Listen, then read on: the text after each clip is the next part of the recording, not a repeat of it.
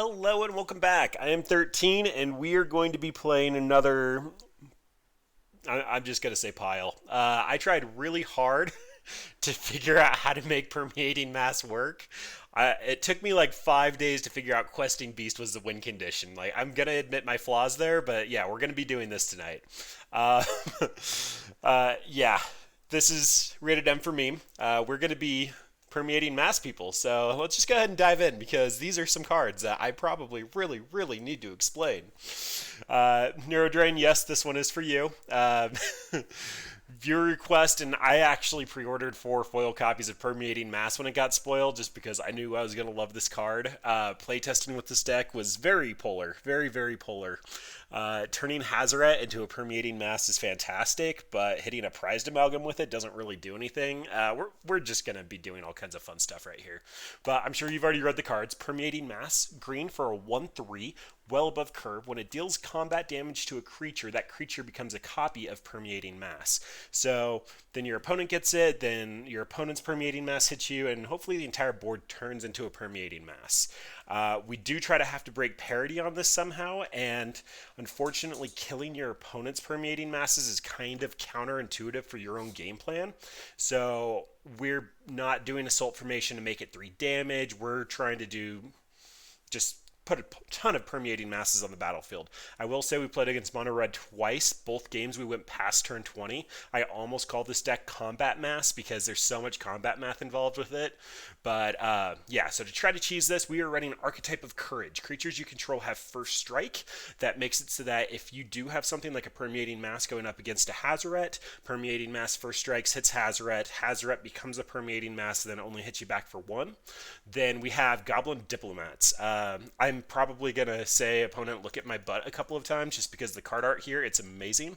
But this is actually going to force your opponent to attack into your Permeating Masses, which will hopefully get first strike down into Permeating Masses. That's a lot of cards, so we're going to try to make that a little easier on ourselves by playing with Collected Company. Collected Company hits all 3 of those combo pieces. We're also running 4 copies of Vivian. One of the absolute problems for this deck is Permeating Mass does not have reach or flying. Vivian also helps us find our 4 copies of Permeating Mass to try to make this happen, as well as gives us flash so we can just drop one in front of an opponent's attacking a creature when they're not aware of what's going on. Vivian is also kind of a source of card advantage since the power level of our cards aren't very strong. And then it took me far too long to realize this, but Questing Beast is our win condition. If we turn everything into a 1/3, Questing Beast is unblockable. So we have 4 copies of Questing Beast. Vivian can also help us find it. It does not get hit by Coco. With 4 Vivians and 4 Questing Beasts, we only have 28 creatures to hit off of Collected Company. I believe the bare minimum to actually put Collected Company in your deck is like 26, so we're going to whiff a couple of times. But yeah, I mean, that's just kind of the cost of doing business. Beyond that, we have 4 copies of Selfless Spirit to make sure our board survives. We are very weak to Anger of the Gods. We're very weak to Supreme Verdicts, and both of those see quite a amount of play. Then I actually get to showcase our fun ofs because there's not much else going on in the deck. We have Gilded Goose to try to mana fix, but Ovaya is here because you can pay 5 mana and create an ooze, and that will turn into a Permeating Mass or just kill a creature or just be a threat on its own. It's a good way for a mana dump if we do start hitting turn 20. And then we have Dowsing Dagger because I've always wanted to play this card.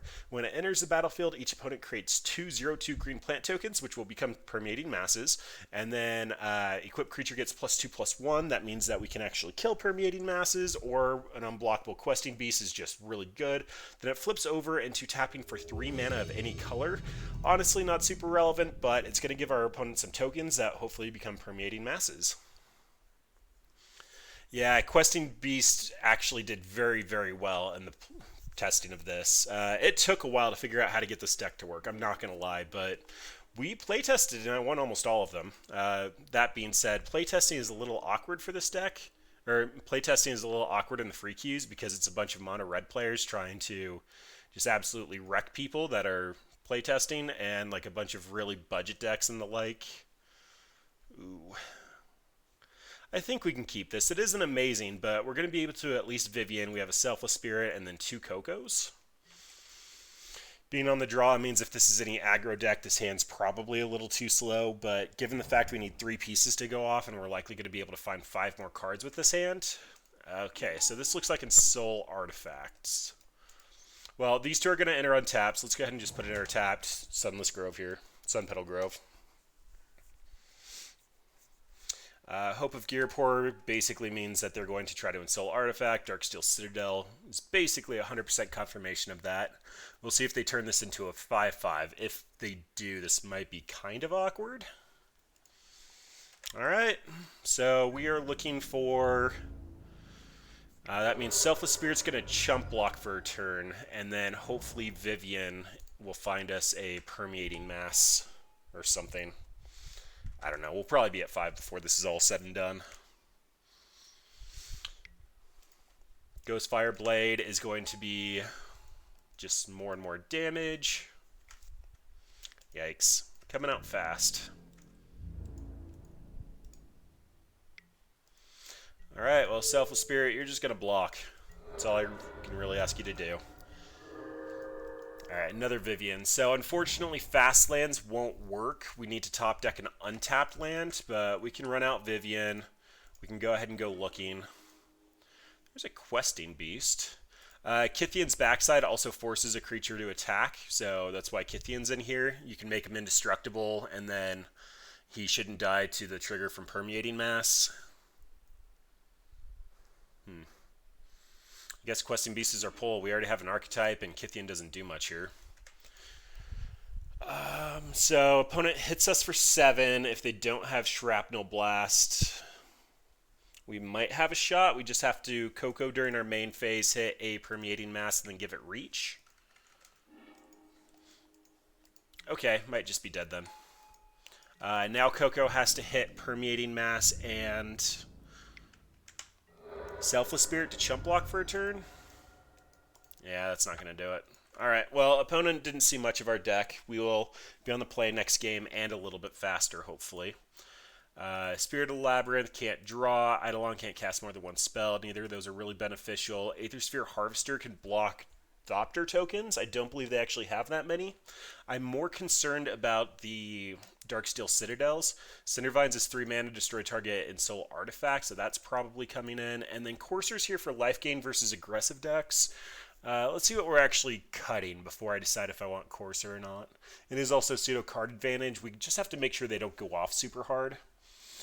Dousing Dagger is probably a trim here just because it is a fun of. Ajani can exile the Darksteel Citadel, so that's probably an include. Ajani also is in here because he can reveal the top 3 cards and find us our combo pieces.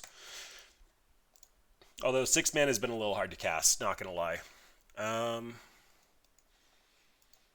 Archetype of Courage is pretty good. We can turn a 5-5 Indestructible into a 1-3, so I don't think this is super bad. Maybe it's just Kithian. We won't be attacking very quickly.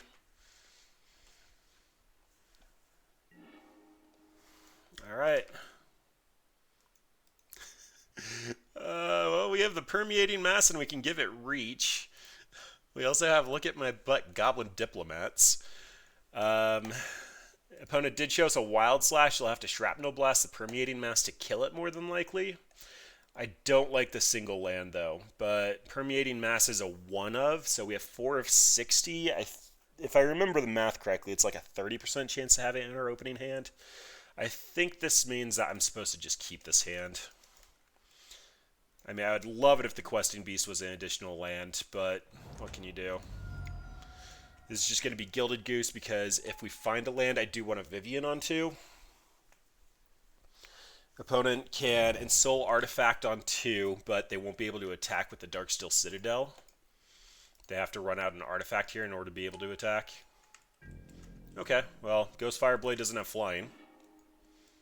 Rips. Alright. Well, Pseudo Death Touch, there you go.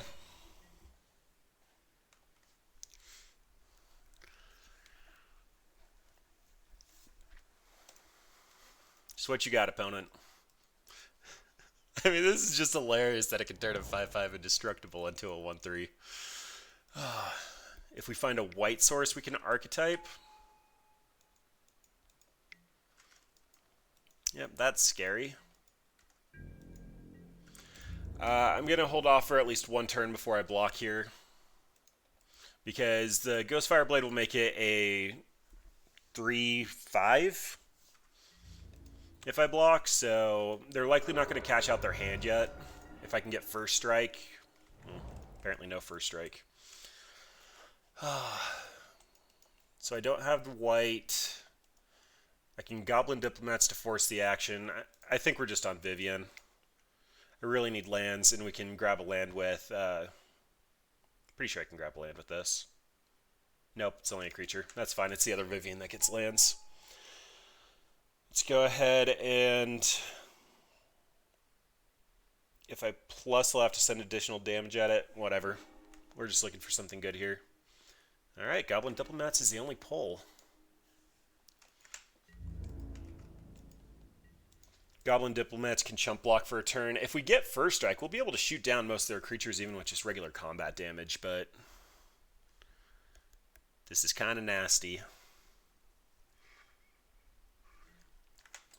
Because we cashed out the food, even if we find a land here, it means no archetype, so Permeating Mass will be blocking this turn. And the fact they're going after Vivian makes me think that they possibly don't have a Wild Slash. We'll see. The reason we're running Gilded Gooses is because they tap for 3 colors and there's also 2 toughness, so as long as it's not equipped, Permeating Mass shouldn't be able to do very much to it. Yikes. 2 Ghostfire Blades. Sure, let's hit you.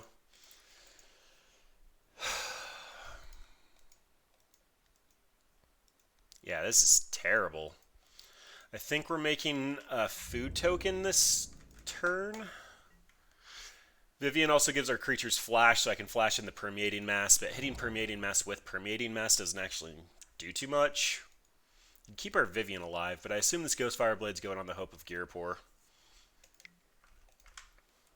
Yep.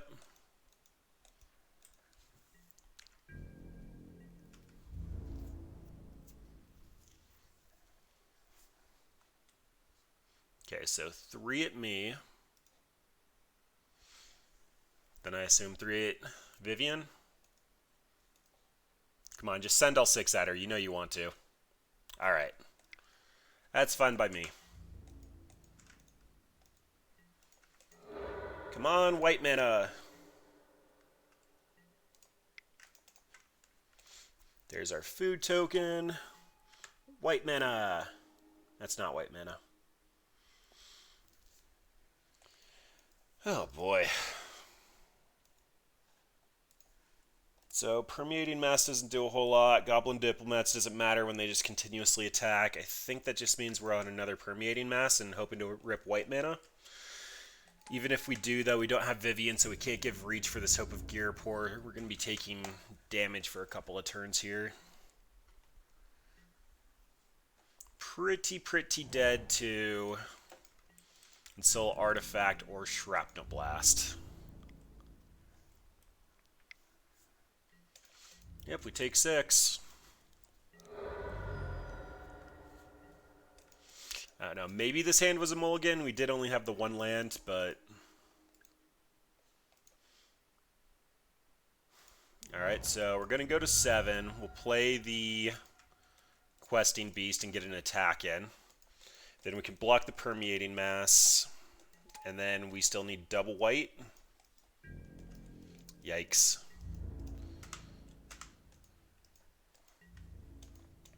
So we're at least taking 3 here. Actually, on second thought, is Shrapnel Blast Pioneer legal?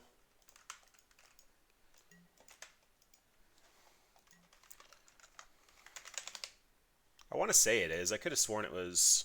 Yep.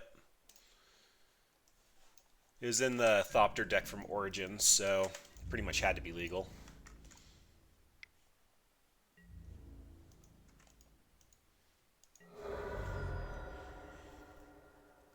I'm actually quite surprised that our opponent didn't move the Ghostfire Blade over for the additional damage, but this looks like they just have Shrapnel, so probably doesn't matter.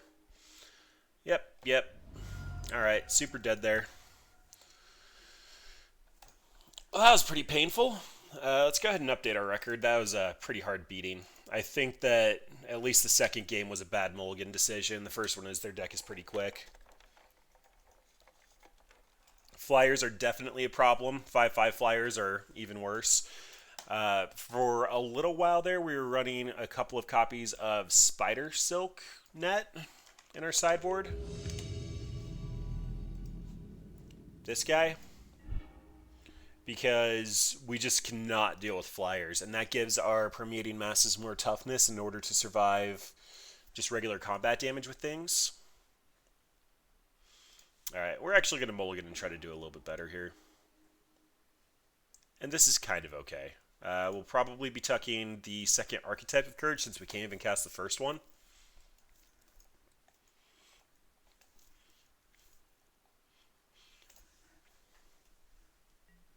But Spirits is technically a deck in the format, so Reach is something that really needs to be a consideration. I don't know, though. This deck is a meme. Like, Permeating Mass is funny, but it only does so much. Alright, well, we blocked that quite profitably, but it looks like it's the same deck. Either that or this is a weird build of Phoenix, I'd guess. I don't know. Bowmet Courier is mainly in aggressive decks. This could be Treasure Cruise Burn deck. Alright, here comes the masses.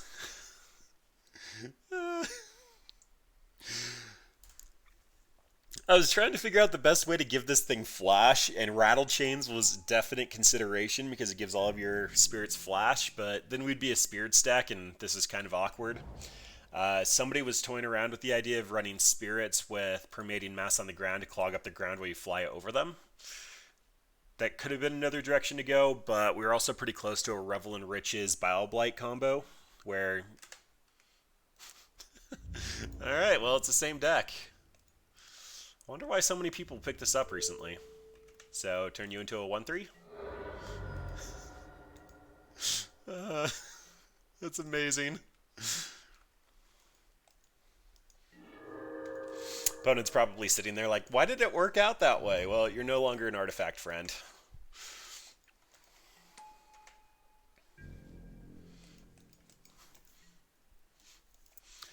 Oh. Man, so now we're going to have the tough decision of, like, Selfless Spirit only has one toughness, so it can't get turned into a Permeating Mass unless you trigger another one. But Archetype of Courage needs to stay alive, so we keep First Strike.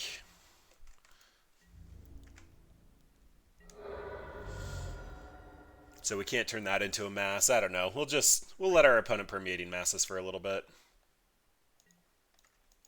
Scrap Heap Scrounger. So this is one of those cards that is like super awkward because like we can turn it into a Permeating Mass, but as soon as it goes to the graveyard, it gets all of its abilities back. Well, I guess Archetype of Courage blocks that pretty well. Selfless Spirit can protect the Archetype, so that means we're going to be attacking in with Selfless Spirit here. We won't put any blocks on the Permeating Mass, but if they try to Wild Slash Archetype or something, we've got to be able to protect it. If they Ensoul the Ornithopter, they're probably just going to hit us here. I don't know. If we can figure out how to get a Permeating Mass, Vivian gets turned on. Yep, that feels a little bad.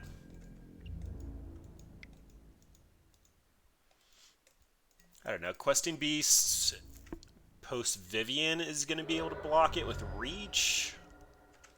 Huh. Oh, that's an Ajani. Am I supposed to go digging here? I think I might be supposed to go digging here. So, alternatively, I could Questing Beast and hit them for 4. But I think getting this out makes more sense. I'll be chump blocking with Selfless Spirit this turn, but I can try to find my own Permeating Mass to give Reach to. Yeah, that didn't work. And I also should have waited to play the land. If I did hit a Permeating Mass, I likely would have wanted to run it out there.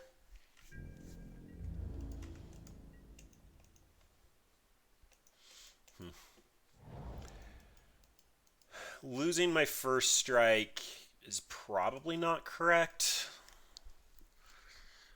I'm just trying to think of a way that if I get Permeating Mass, I could block the Ornithopter with Vivian's Reach.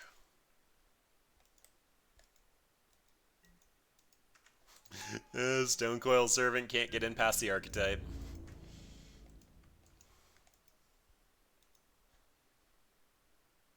So We're throwing away Scrap Heap? That's an interesting decision.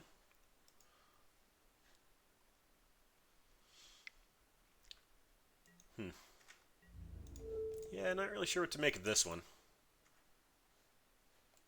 And Permeating Mass is going at me. That's an interesting decision.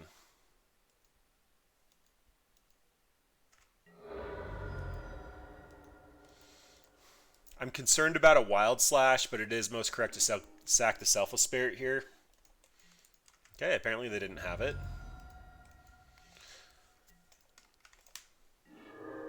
And that's another Selfless Spirit. So, how do I feel about Questing Beast? Hit them for 4. Have Reach to block the Ornithopter. Yeah, that's probably most correct.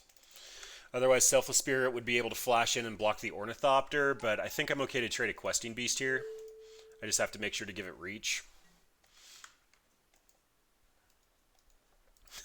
We gave him 2 more keywords. Look at his text box.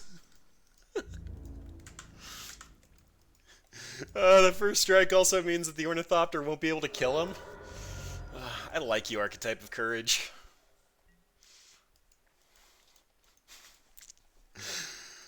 I absolutely love this card. I came back in Theros after playing in Odyssey as a kid. Like, I got sent to a draft in college and kind of just picked it back up. This card was in all of my budget decks. Like, he's just so amazing.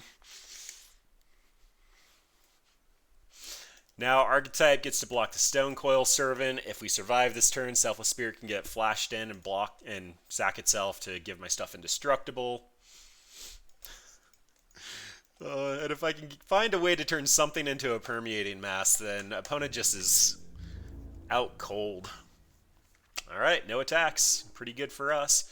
And there's our red mana. Surprisingly, haven't missed that. Okay, opponent's just done. I did not think that would be the case. So, run it back. It's going to be the 2 Cindervine so we can get rid of Ensoul Artifact or possibly Ghostfire Blade.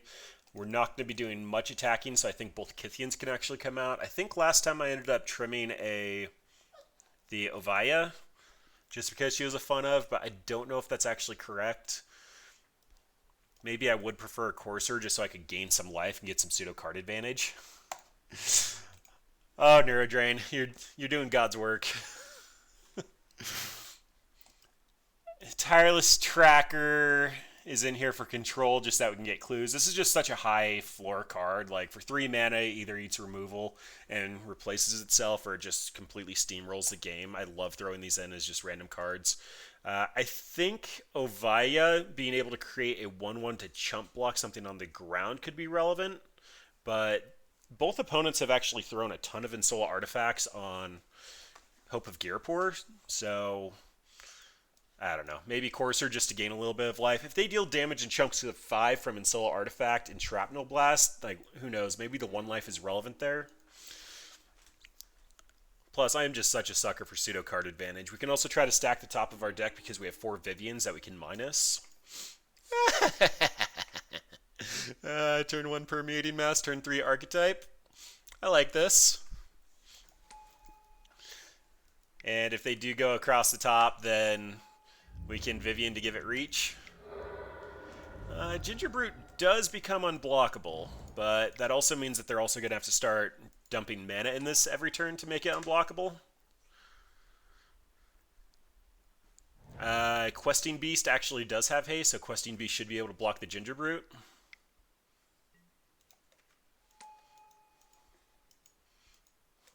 Okay, you gonna equip or become unblockable? Oh, you're going for Emery. Alright, well I guess that means no attacks. Actually, Emery will let them recast the Gingerbrute. Since they found a second one, they might not, but alright. Selfless Spirit, you're up. We are now protected versus a Mass Nuke. Do need to find a Cindervines, though. I'm really afraid they're going to put an Ensoul Artifact on this and just make it unblockable. Yep, Permeating Mass, you are not meant to attack. Some Goblin Motivators to force everything to attack would be pretty good. They can tap this at will, but that would mean Gingerbrute has to get in every turn. Permeating Mass also stops just Ghostfire Blade. Like, they have to pay the mana if they want to send it in. I understand this isn't the best deck in the world, but it is so much fun to just, like, think of the interactions. Come on, get in. You know you want to get in.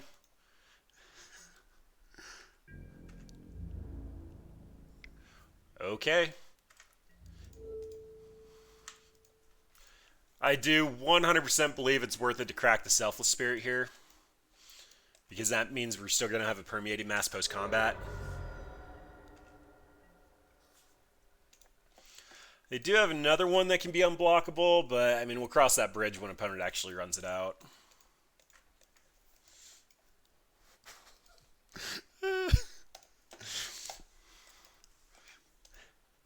The Ginger Brute. Gingerbread turned into a Permeating Mass. Honestly, didn't think that's where I'd be at today, but apparently it is. Alright, so options. Archetype would mean we can block for 3, but that means Permeating Mass is still getting in with the Ghostfire Blade. Vivian can plus and give Vigilance and Reach. I can attack. That's not a whole lot of benefit. Vivian can come out and minus. I can possibly find a Questing Beast off of that. Is that good enough? I would be able to Questing Beast next turn and actually get in and attack, but I won't have an Archetype out yet. Yeah, I think that's probably our best line to win. Alternatively, it's just like Archetype, and we can try to play defense, but we are only taking 3 a turn at the moment. Opponent also missed their 3rd land drop, which means we have a slight amount of time. Actually, no. So if they find their 3rd land drop and they try to put it on Darksteel Citadel for some reason, then I want to be able to have a first striking Permeating Mass. So I think we can wait a turn. And then we can still multi-spell next turn with the Permeating Mass and the Vivian.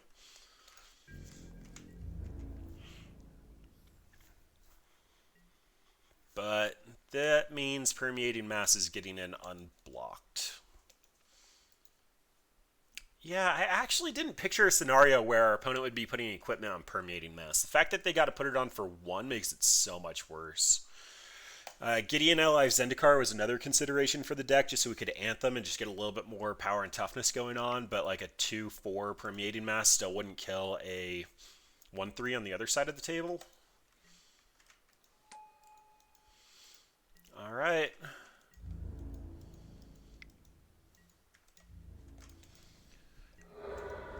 Goblin Motivators would also be a really good top deck. It would give us 5 first striking power.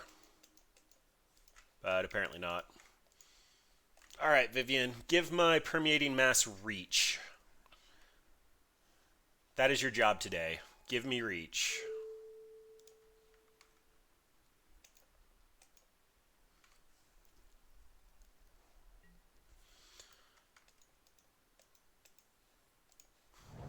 Then I think that means we can safely send you in. The fact they didn't attach the Ghostfire Blade means that, no, I can't safely get in. Because that means they have a Wild Slash.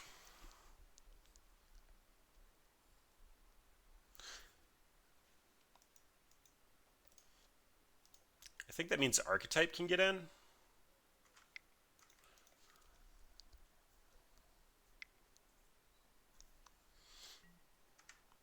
Perfect. That's what I thought would happen. Alright. There's another Ornithopter. Opponent is still pinched on 2 mana, though, and they only have 2 cards in hand. So we do have a real shot of actually taking this one. Likely going to be flashing in this Permeating Mass to just block that guy. I don't know. Let's see where they send everything. Vivian, Vivian. Alright. I think we just keep Vivian alive. Which only requires blocking 1 of them, but I'm looking for a Questing Beast, so we're going to be minusing next turn. This also lost Flying, which is pretty relevant.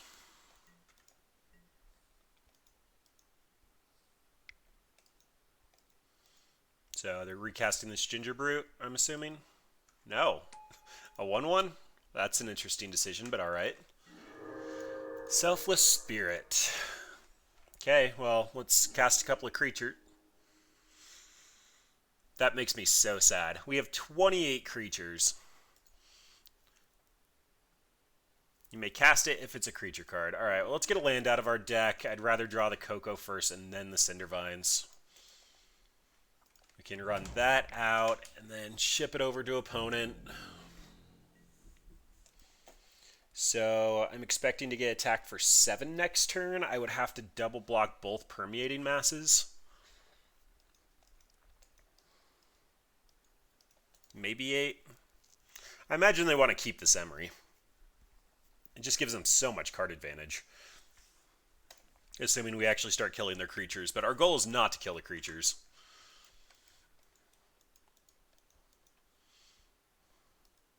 I mean, that makes sense. Now Ornithopter's a valid attacker.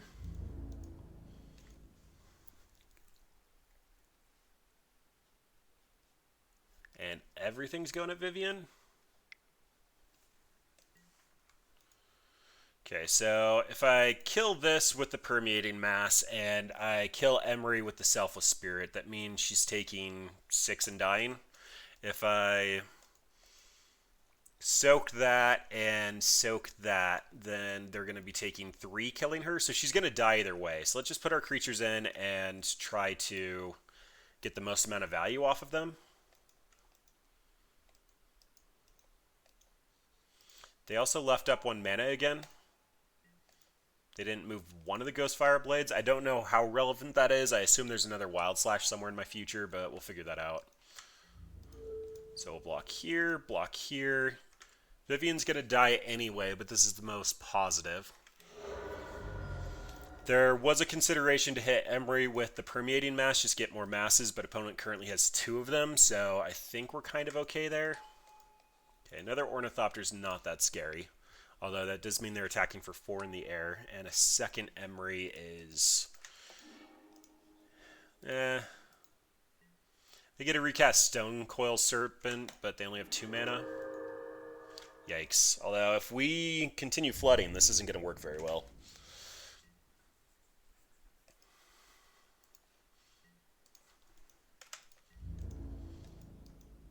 Okay, so... I assume they're sending in for 5?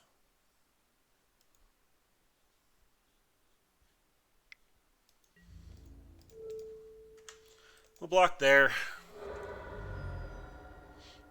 Permeating Mass gets turned into Permeating Mass. Both sides of the table. Coco or Vivian are the 2 cards I want. I could also see an argument for wanting a Questing Beast. Although they can turn my Questing Beast into a Permeating Mass. They're casting a 2/2 Stone Coil Serpent. That's what they targeted.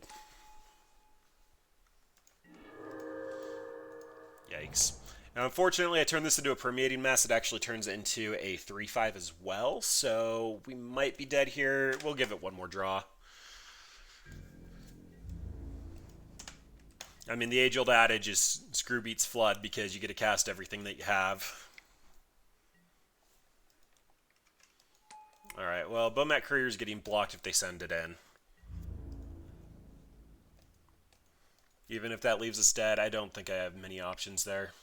I actually think the correct play would have been move the Ghostfire Blade over in front of the Bomat Courier, just so if I did just try to destroy it, it would kill my only blocker. Yeah, I mean, that's Magic, though. Like, there's a lot of variance in the game.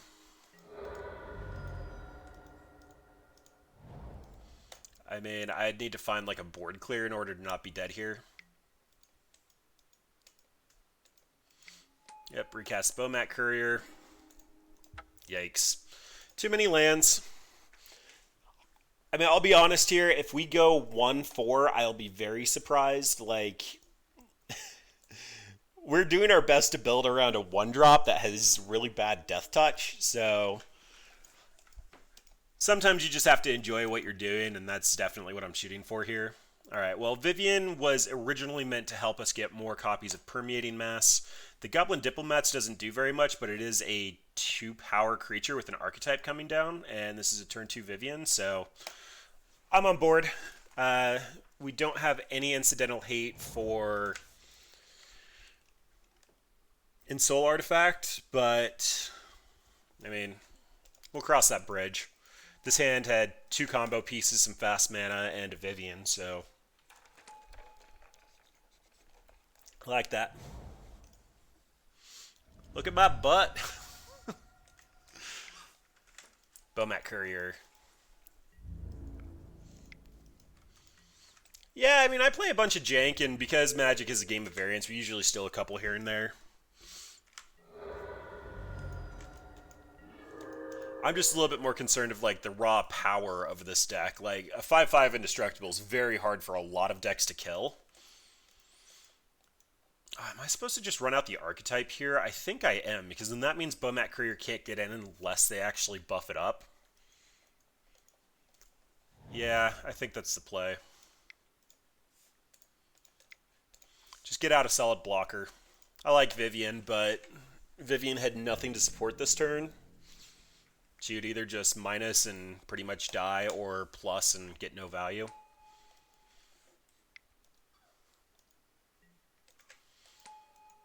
Alright, that's a Ghost Fireblade. That means Goblin Diplomats actually might be the play next turn.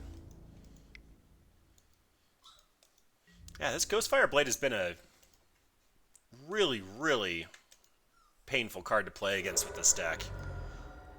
I actually think that this is the biggest problem with what we've been trying to do. Yeah. Alright, Goblin Diplomats gives us 4 power to block with first strike. If we get Wild Slashed, we'll probably just end up losing, but I think this is our best line. Unfortunately, this is a stay alive play, not a win the game play, but we don't have a lot of ways to win the game. Johnny was also just an alternate win condition for us. His put 5+1/+1 counters on each creature you control was supposed to be like all of our permeating masses get large enough for a lethal attack.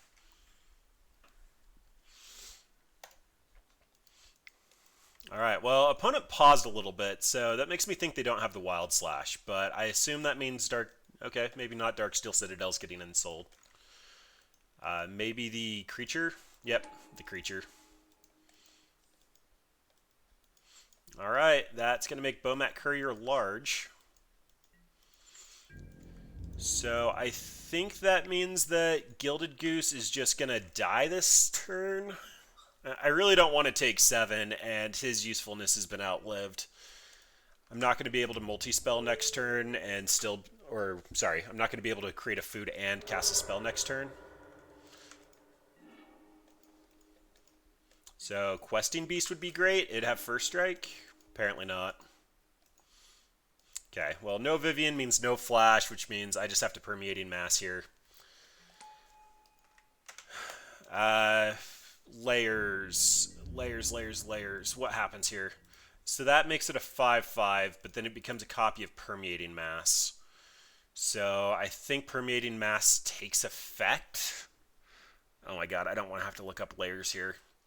I'm pretty sure if I throw 5 damage in front of this, it becomes a 1/3 with Ghost Fireblade attached, which would make it a 3/5, so all 5 creatures in front of it would kill it.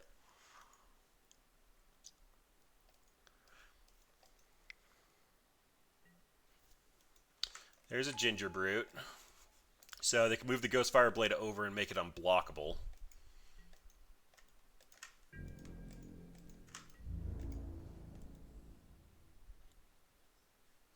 Alright, if we get blown out because I don't know my layers, that's 100% on me. But I'm pretty sure Permeating Mass is going to take effect over the static 5/5 change. It's also not going to be an artifact anymore, which I think means that the Skilled Animator's effect shouldn't take place.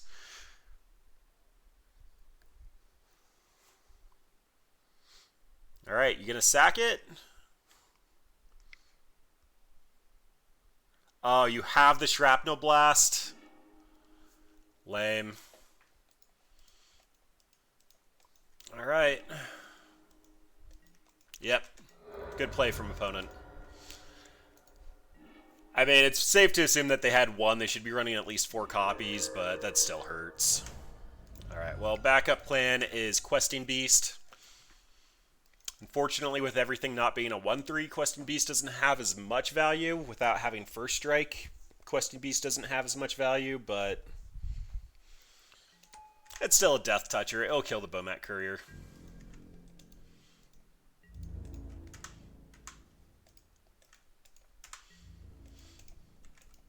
Then we'll see what opponent has. I mean, both of our cards are actually really good at refueling our hand, so I assume Vivian is going to do a pretty good job of at least finding one more creature card. Assuming we get up to the 6 mana for a Johnny, the +2 is just ridiculous. They're going to have to send so much damage at it to even just kill him.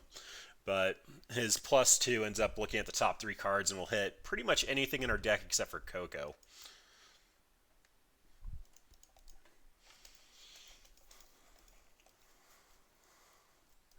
Alright, opponent, what you got going on? Another Ghost Fireblade. Okay.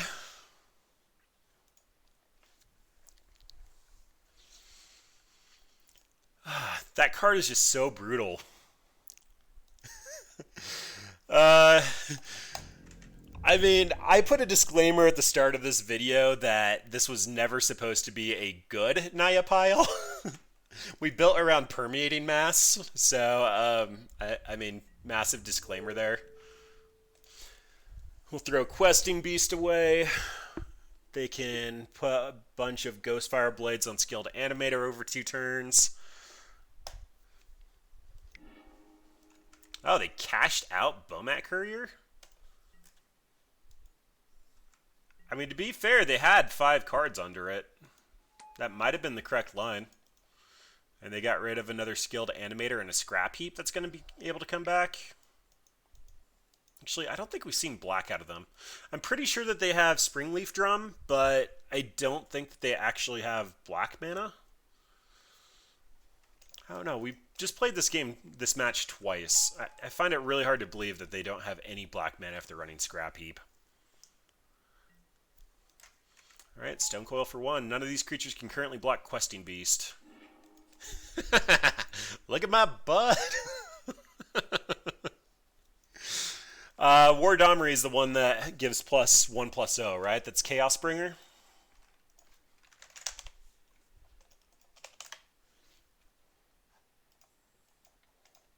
Let's see.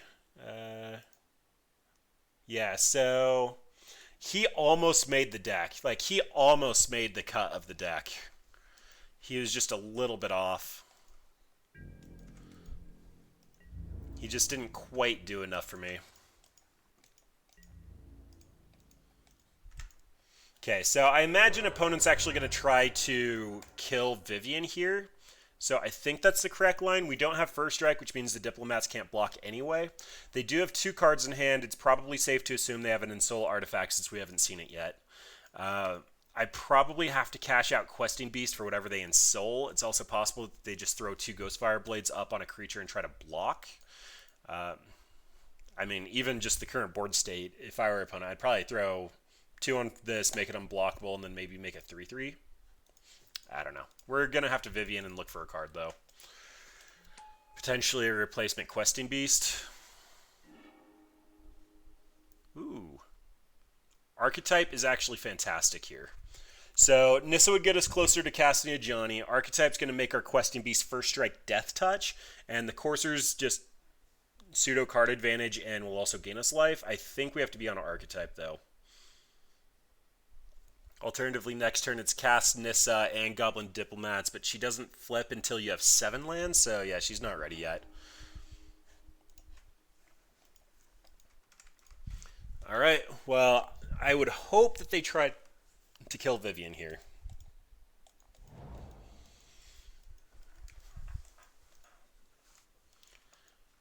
If they try to kill Vivian, it means that we're not going to die to a Shrapnel Blast.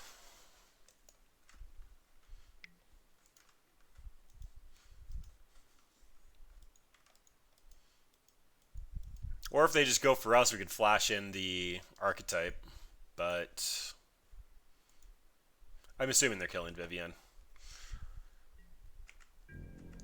This is game 3. I know opponent fairly well. They've been going after Vivian as hard as they can.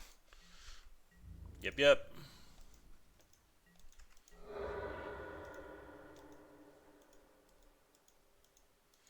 Then I think you move the Ghost Fire Blades to Ginger Brute. I could be wrong about that, though. It really depends on what's in their hand.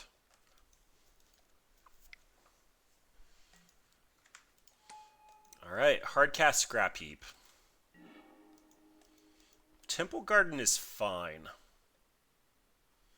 So we can shock this in. We'll play our Archetype. Make sure to leave our only red mana up for the Goblin Diplomats. We'll go ahead and attack in with 4 First Strike. That can't be blocked anyway.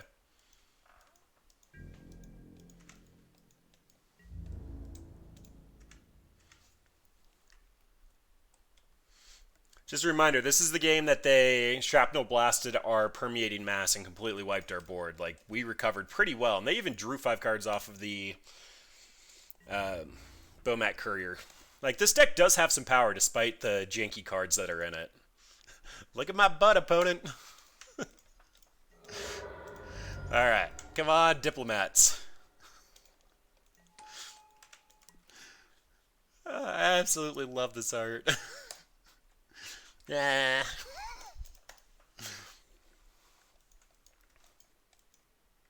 Okay, so opponent is at 6. Funny enough, did we take out our Dowsing Blades? We did not. If we actually pull off the Dowsing Dagger kill, I will be so happy. So very happy. Opponent's activating Mutavault, though, so I assume this is going to be a giant attack for them.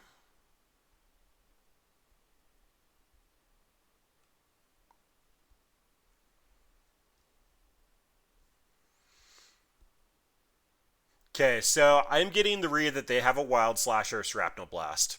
If they have removal, they're trying to get me to block the Stonecoil Serpent so that I will get my Questing Beast killed here since they're at 6. And then the other 2 really don't matter. So what I'm going to do is I'm just going to assign this here and this here.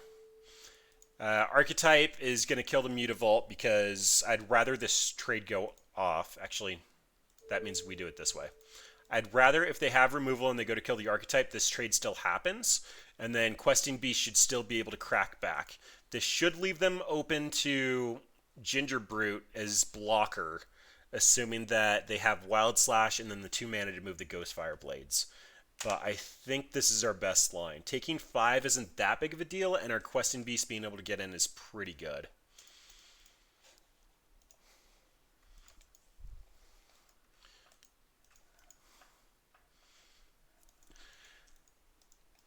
Guess we'll see.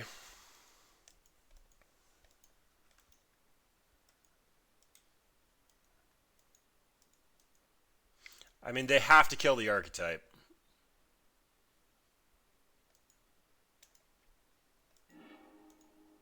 Yep. Called it. Well, now they can't move all of it over. They could move 1 over to the Ginger Brute just that the Ginger Brute blocks. They also don't have enough mana to sack it to gain 3 life. Okay, Coco is great. Coco is actually fantastic. So, real quick, let's take a look at the deck view. Do I have anything that actually matters if it's on the field when I attack with the Questing Beast? Selfless Spirit can protect it. We can do that in response. Gilded Goose can give us some food. Kithian's not going to be attacking this turn. No, it really doesn't matter. So, let's just go ahead and get some beats in with Questing Beast, then we can Coco.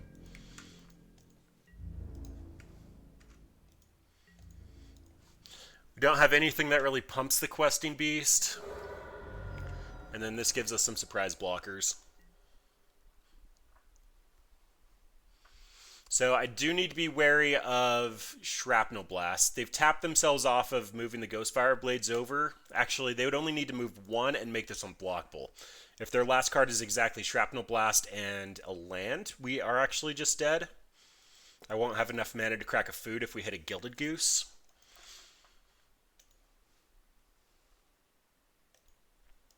I don't know. This is a nail-biter. This is a close one.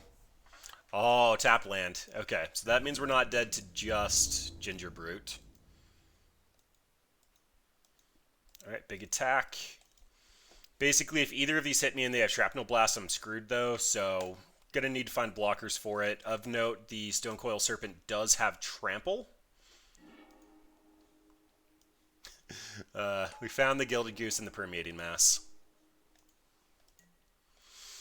All right, so no.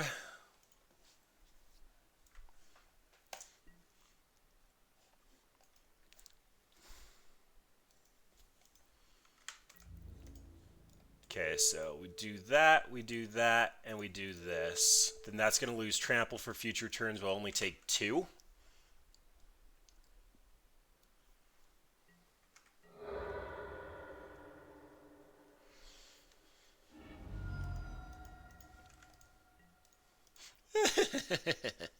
I don't know why that makes me so happy. I mean, now it's a 6/8, but it still just makes me so happy. If we whiff on a land, we can still crack the food. Um, they might actually have the Shrapnel Blast since they didn't move the Ghost Fire Blades over. That means they have 3 mana for something. I'm going to go ahead and get my attacks in and then run out of Johnny.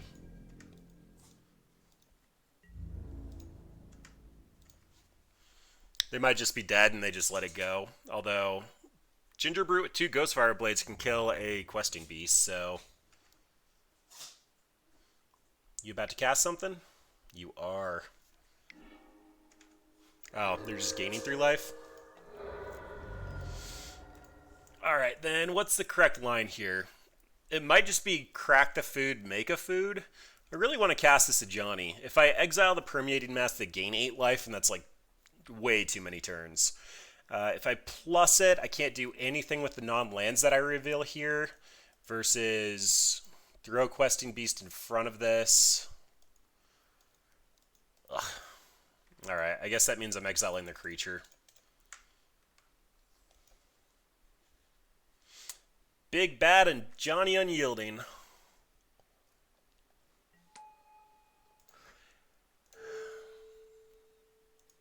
I don't like this, but this is where we're at.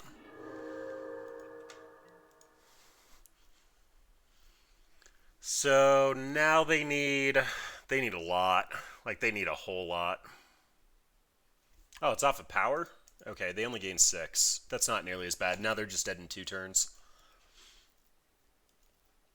And with 6 mana, that means I'm going to be cracking 2 foods next turn, even if I draw nothing. Yeah, Scrap Heap can't block. It can't really attack profitably into a Questing Beast. I think we might have locked this up.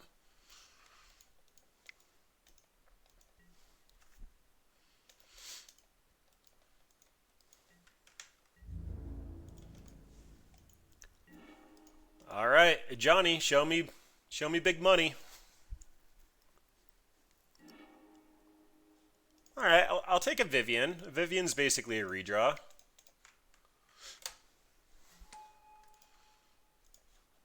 Giving reach doesn't really matter. They shouldn't have anything with flying and haste. Oh, Selfless Spirit is like perfect rip there.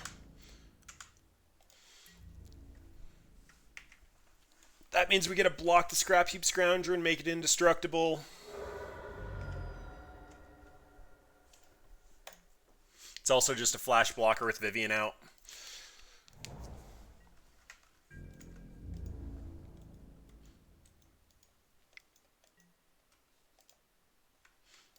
All right. Oh, I didn't run out the Westvale Abbey. Running out the Westvale Abbey actually would have made it so I could crack the food too.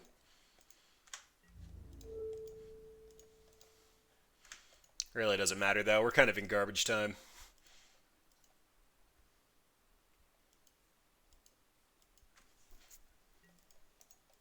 Let's crack you, give our stuff indestructible.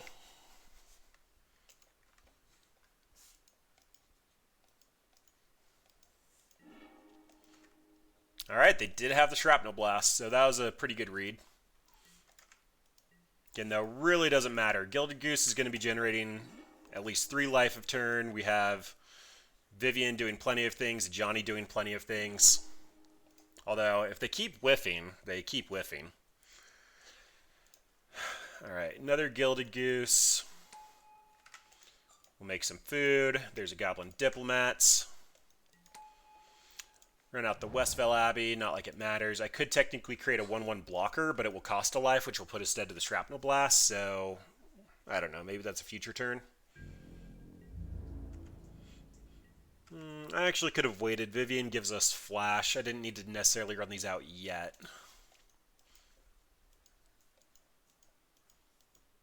All right. Yep, they're done. Yeah, we still win with Permeating Mass. All right, well, I did expect to go 1/4 this deck, so that might be our only win, but I mean, we still stole a win. Overall, though, the deck's been fun. Like, you go really late into the game. I wouldn't mind more Planeswalkers in the deck, but more Planeswalkers means that we probably have to take out Collected Company, and I don't think that's correct. Yikes, slow Gilded Goose. But this is a turn 3 Questing Beast. So Johnny really doesn't do anything. Well, we got our win. I think what we're actually supposed to do here is mull for a fun hand, and a fun hand has Permeating Mass in it. Because, like, we're on the play, so the Sun Petal Growth's going to enter tapped. That's a turn 2 Gilded Goose, and then turn 3 Questing Beast, assuming Goose doesn't die. But we have nothing else going on, so... I don't think we can keep this one either. Alright, well, we're looking for fun hand. Okay, I give up. No fun hands to be had here. Double green's pretty far off, and maybe second Vivian's not worth it. Oh, should have kept the 7 that did something. I don't know, maybe I was supposed to go to 4? Like, okay, Ed Mono Black. So, would love a Permeating Mass, but it doesn't look like that's going to happen. I'd love to trade Goblin Diplomats for Knight of the Ebon Legion. I'd prefer to keep the Selfless Spirit around. Opponent, you're going to railroad us this game. Absolutely railroad us. But we ran out our Diplomats to at least go out in flavor. Or style, one of the two. I don't know. Green? Green! So Vivian here would mean that I can plus, and then it dies to Mutavault. So probably just Selfless Spirit, just that they can't activate Mutavault. I really don't know what to make of this. Permeating Mass would have been so good. It would have shut off the Knight of the Ebon Legion. Hopefully we could get a... we have the Selfless Spirits, like... actually, no, it's just going to come back. Selfless Spirit is supposed to block for Vivian next turn. It's also going to get Vigilance, which means it can attack and protect Vivian. Okay, well, I suppose those are cards. I actually think this means I'm supposed to flip Kythian next turn. Kythian kind of does the same job that the Goblin Diplomats were supposed to do. So we're going to get hit from whatever we're going to get hit from next turn. So I guess I'll pull up Gideon Battleforged. It's a little easier to read with the actual card art. Where are you, Gideon Battleforged? There you are. Bye, Vivian. You tried. The Gideon Battleforged is in there to force our opponent to attack into our Permeating Masses.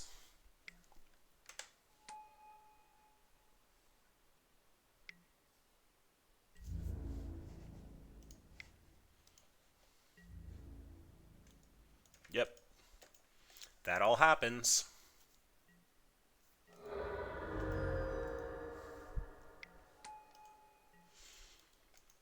And then the Knights grow. Lovely. Well, we drew Goblin Diplomats. That's awesome. Okay, attack with all creatures.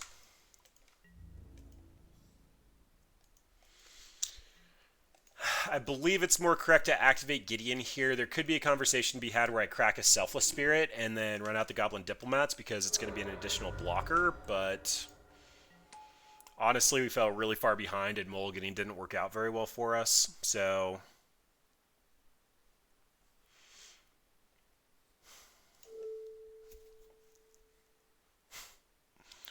Ugh, yeah, none of this is great. I think what I'm supposed to do, actually, is untap the Selfless Spirit, so they have to send more than just one attacker at Gideon. They actually might need to just alpha Gideon.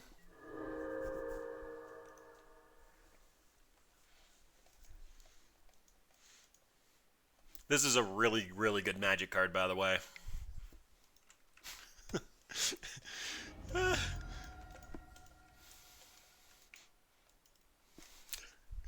I I mean, we're running with just a pile, but we're kind of putting up a small fight.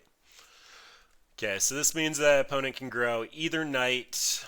If they're going to kill Gideon, then they're going to have to send both knights at Gideon. Oh, they're just ignoring Gideon. Alright, well, we'll block one. That means that they'll grow the other one, and we'll end up taking 9, grow both the knights again. Really needed a permeating mass. Like, turn 1, if we're going to beat this matchup. Oh, okay, so they're just going to kill him. That works too. And I don't think there's anything we can draw at this point and don't want to show opponent anymore because they've only seen some of the more awkward pieces, so we'll just move to game 2. Okay, mono black aggro. Courser comes in. Rest in peace could be a consideration. I'm gonna have to figure out what options we have. This shuts off both Scrap Heap Scrounger and Bloodsoak Champion. Aether Sphere Harvester can gain us some life and actually bounces off of theirs.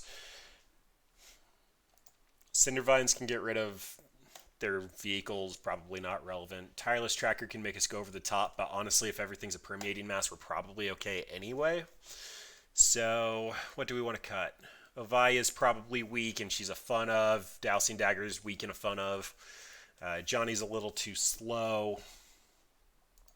I really like Nissa. I actually think Nissa is an underplayed Magic card just in general. She's a 3 mana, go make sure you hit your next land drop, and the ceiling on her is just super high. The Goblin Diplomats probably aren't necessary here. I don't want to cut all of them, but I could see trimming on them just because the opponent's going to want to attack every turn anyway. Then past that, do we want the rips? It would probably be a Vivian and a Selfless Spirit for rip. Yeah, that seems fine. We don't grind very well, and we're better at dealing with permanents on the battlefield than recursive permanents, so I think that this is going to be a necessary evil for us to actually win. Okay, we have Questing Beast and Coco, but we're not doing anything until turn 4. I really want a Permeating Mass, but I actually think this hand might be good enough. If they lead on Knight on 1, we're probably not going to be able to win. Versus mulligan to 5 and not have a playable hand like last game. I don't know. We actually have the mana to cast everything. We have all of our colors. I'm going to keep this. We also have one of our sideboard pieces. It's not really the one we were really hoping to draw, but we do have a sideboard piece. Oh, although we did board out a lot of creatures. Coco actually might not be very good anymore. So we ended up trimming 3 creatures out of our deck. Alright, well. Also feeling like we might want more Mana Dorks.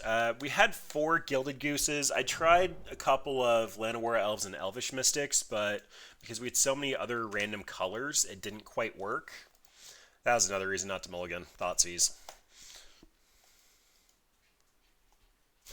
Opponent still has no idea what our deck does. But I guess we'll see if they have a recursive hand or not. Questing Beast can be annoying for them. It could be hard for them to deal with just the card advantage from Coco. Like, any of those seem like they're fine picks. Guessing that means that they don't have a very recursive hand by leaving the rest in peace, but drawing Vivian as a turn 3 play is great. Now we only have to answer Scrap Heap Scrounger and the like once. Alright. I mean, if that's their turn 2 play, perfectly okay with that. We can Vivian. If I minus, she's just going to die, and I actually really like the idea of having Vigilance, or Flash. We'll just plus up and see if they want to send Mutavault at her. If they do, she was a gain 5, and I don't know. You did your job. We did trim 3 of you. I'd really like it if you survived, but looks like opponent doesn't like that idea. Alright, then I guess we'll see if they have another Thoughtseize. Nope, Gutter Bones. So, opponent doesn't know about the other Coco yet.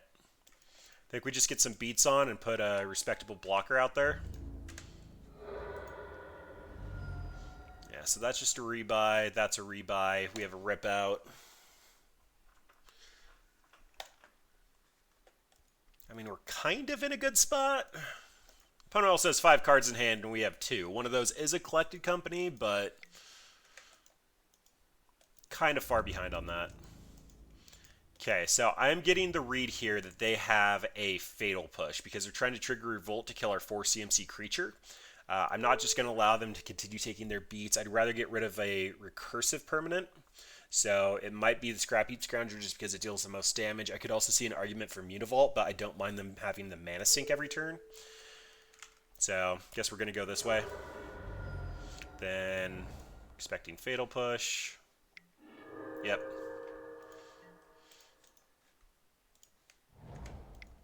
Oh no, we have nothing to do.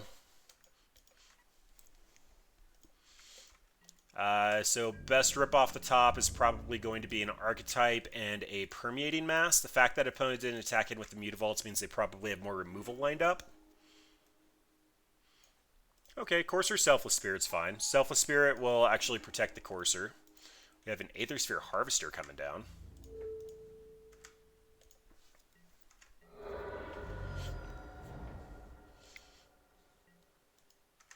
Alright. Well, that's a threat.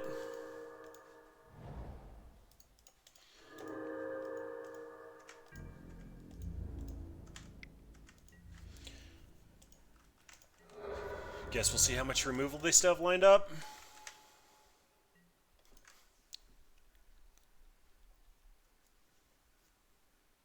And opponent concedes. Kalitas, does that change anything? Our only clean answer to that is a Johnny. Otherwise, it's Permeating Mass. The way the trigger is going to work is this is a triggered ability whenever it deals combat damage. So in combat, they're assuming we don't have first strike, they'll both deal combat damage to each other. State-based actions get checked. Permeating Mass goes to the graveyard. Trigger goes on the stack to turn Kalitas. They still get a zombie. So this isn't a really clean answer unless we have an Archetype out, and they have plenty of removal for our Archetype, so it's probably not going to last long term. I don't know. Is there anything to actually change here? The 1/4 is a good blocker, but it's not really beneficial. This is primarily in here for Storm and for Phoenix. I think we just ship it back. Avaya just dies too easily, and we're probably not going to hit a point we want to mana sink. Like,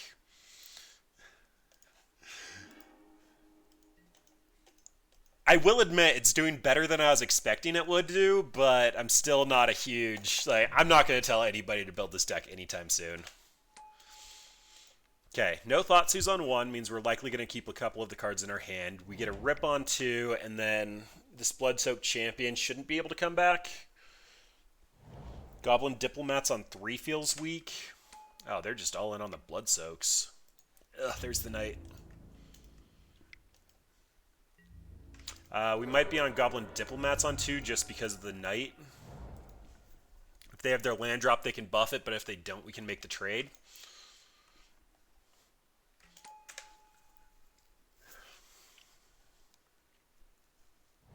Alright, they have the land. I'm assuming we're not getting past this. And we're actually in a no-lose or no-win situation here. So if we block a Blood-Soaked Champion, they can just Ray Trigger it back. If we block the Knight, then... Actually, no. So they're going to have to grow the Knight in order for it to get a counter here. So this is a free Blood-Soaked Champion kill. It's possible they decide not to grow the Knight and just rebuy the Blood-Soaked Champion, but... Okay. That means they're not getting the 1/1 counter.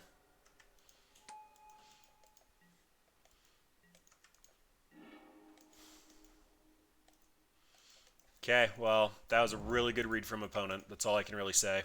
I can run out the Aether Sphere Harvester here. I actually don't believe that's correct. Given the fact they have 2 Blood-Soaked Champions, I want to be able to make sure when I Coco next turn, if I kill these, they stay dead.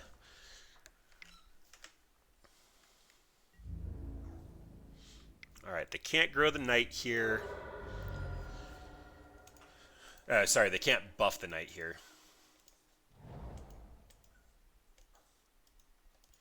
So if I attack in with Questing Beast, I'm going to be eating a creature. Otherwise, I have to Coco and try to hit. I have to try to hit life gain. Opponent's going to know the Coco's coming from a mile away, but it's my only line here. We really needed Permeating Mass on one. I think that was just the play. If we're on the play and we're not going to get Thought Seized, it's probably correct to mulligan to Oblivion for a Permeating Mass, just because a Permeating Mass and a Rest in Peace should wreck this deck. They could always just have Fatal Push on one, though. I don't know, it's hard. This deck is very powerful. It is just such a strong deck. Alright, let's Coco. Ha ha!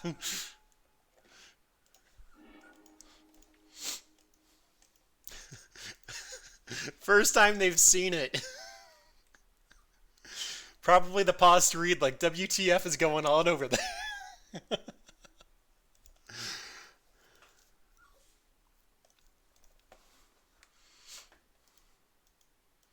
Then this is actually fairly easy blocks. I'm going to have to block the Knight and the Mutavault, assuming they don't have removal.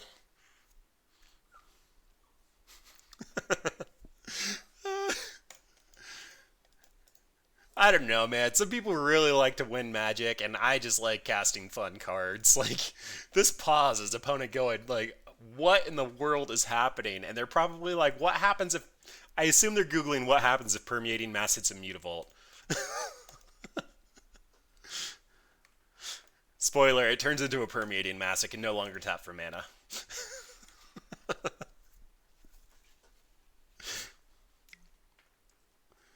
Ugh. Sideboard tech. Okay, I have to block that.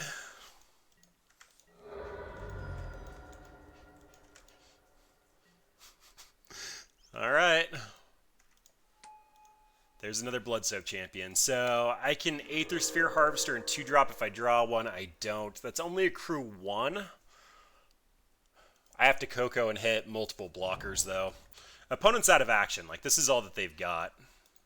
Actually, no. I think I just lose. I missequenced there. I was supposed to Coco main phase in case I found a Courser so I could gain a life. Right now, they're going to be attacking in for 10 damage, and I'm only going to have 3 blockers, so... Yep, I'm just dead. Guess we'll see what we hit with the Collected Company just for funsies, but... I mean, that line wouldn't have saved us, but it would have been more correct. Yeah, Courser would have gained us a life.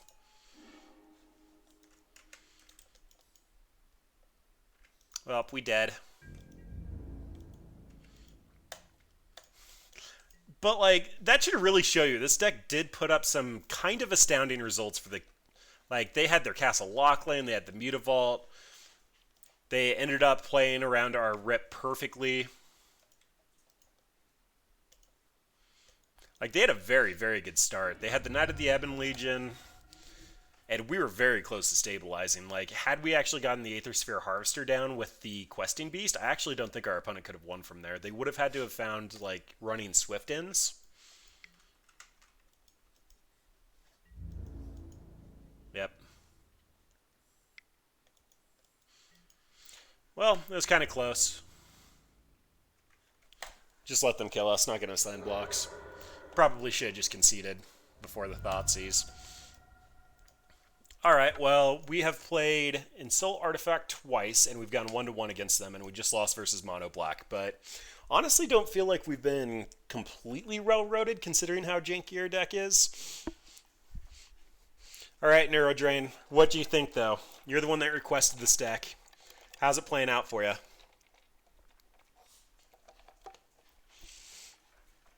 I honestly think Questing Beast was the key. I don't think if Questing Beast hadn't been printed, this deck wouldn't work. Like, we even saw there versus, like, most of their creatures can't block, but if they were able to block, like the Bloodstained champions and the like wouldn't be able to block the Questing Beast, we'd just be able to get in. It's turn 3 Coco, and we're going to be able to create an additional food on 2. This is fine. I actually don't think you're incorrect with that statement. Like, if we had a good draw like their draw, we probably would have been able to take that pretty decisively.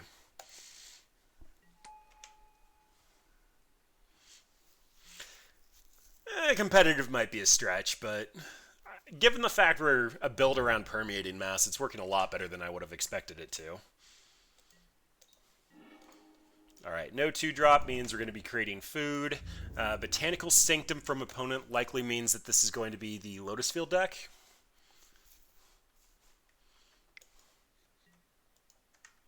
Arboreal Grazer. So that was the rip off the top. But this is just looking more and more... They don't have a land. Okay. So... I really don't know what to make of that. It looks like they just kept a terrible hand.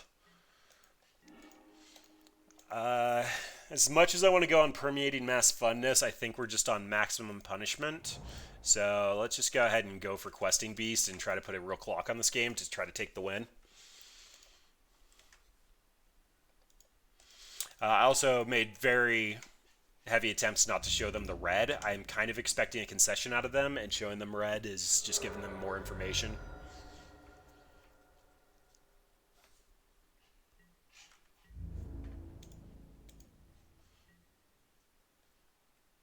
Okay, discarding Growth Spiral. So this kind of looks like a Nexus deck, but Nexus decks don't exist anymore. I'm still willing to bet that this is a Lotus Field deck.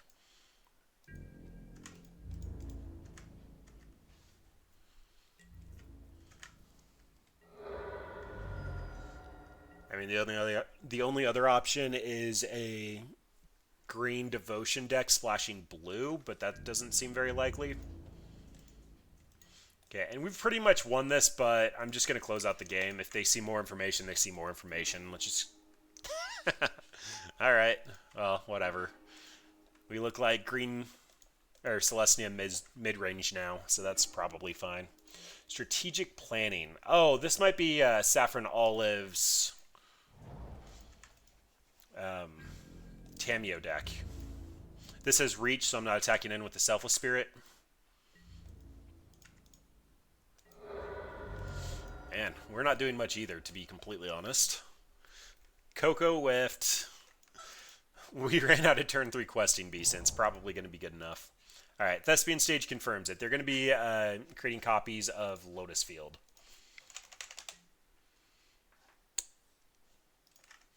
I really, really hate MTGO's search. That guy. They're just going to create a ton of mana. Alright, and they took another Thespian Stage, so they're going to Lotus Field next turn. I could be creating food tokens, but that's not what this game is going to be decided by.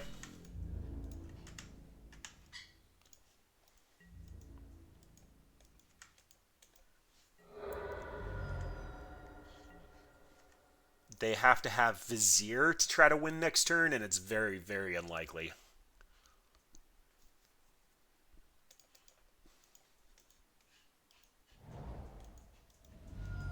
Interesting.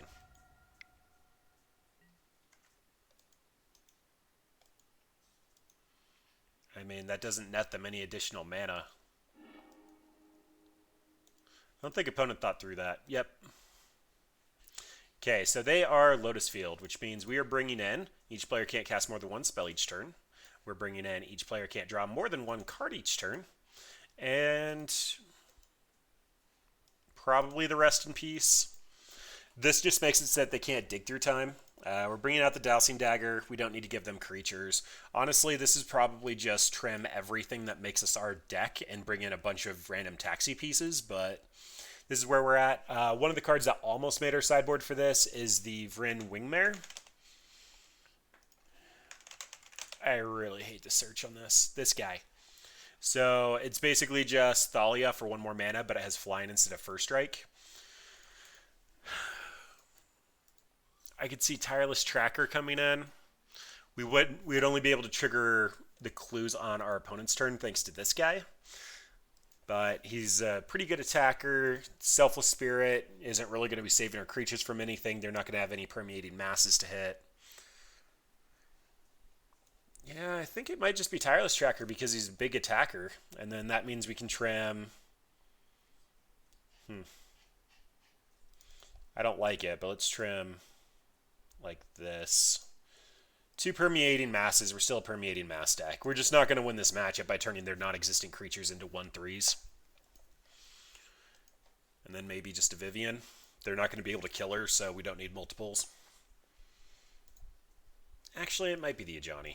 So Ajani does actually get around the draw because it's reveal and then put into hand, but he's just a little too expensive, and that means we can keep... Sure. We'll keep 3 Permeating Masses because it's the namesake of our deck.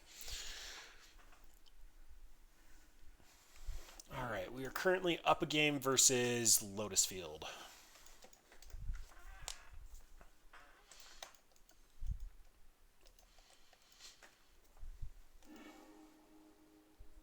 Turn 2 Vivian, start digging?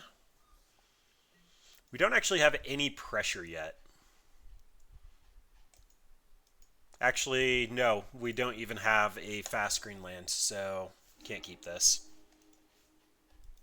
Okay, this is fine. This is another turn 3 Questing Beast, and then we have Rest in Peace when they start fueling their graveyard. We are probably tucking... Yikes, I guess that's Vivian? Yeah, looks like it's Vivian. Either that or Coco. We still have to find another land, and we're going to be cashing out our food from the Gilded Goose for the Questing Beast. No, it's the Vivian. She doesn't actually impact the board at all. Alright, so...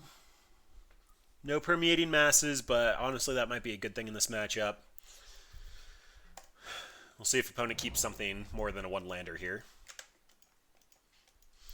I'm kind of thinking they have to be kind of new to their deck, just because they really didn't do anything last game.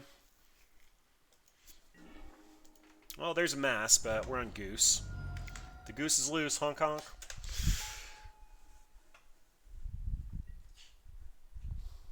Then, does that mean we're actually ripping on 2 since we're not casting Vivian? It might. Let's see if they cast Strategic Planning. If they cast Strategic Planning intentionally to fuel their graveyard, then we'll rip. If not, it probably doesn't matter yet.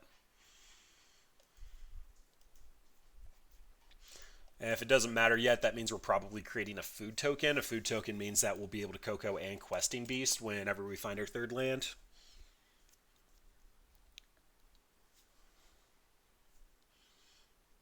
Alright.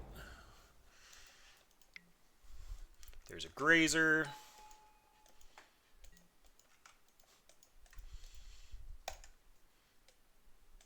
Do you have the Lotus Field? You do. That means that if we get up to 4 mana, we're going to Coco first, looking for some of our tax pieces.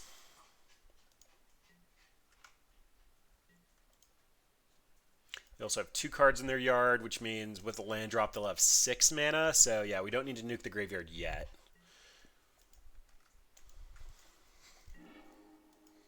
That's a Selfless Spirit. That can't attack in through Arboreal Grazer, so that doesn't really do anything. Alright, as much as I want to get a food token, I think if we find our tax pieces, we should just be able to win this game. So let's shut off their ability to dig through time and find an answer. Sure. Assert dominance. You didn't even block? We are tapped out, opponent. There are no shenanigans. Oh, yikes. Okay. We really, really need to rip an untapped land. Thankfully, check lands and fast lands will both be untapped at this point. No problem. Have a good night, Neurodrain. Thanks for the suggestion. It was on my list of what I want to do. I hadn't made it yet. Alright, I guess we're going to be looking at flipping Kithian here.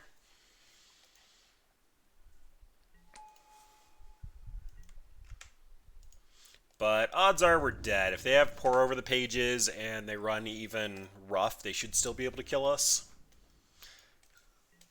Yeah, maybe should have just mulliganed for the straight tax pieces, but you can only do so much. So Lotus Field's going to generate a ton of mana. They're going to cast cards that draw cards and untap 2 permanents. Ooh, Strategic Planning. This is a card that they use to fuel their graveyard before dig through time. Okay, so they apparently have their lands if they're pitching Breeding Pool. Well, I mean, to be fair, they already have 2 Lotus Fields, so I guess it's not too much of a insightful comment.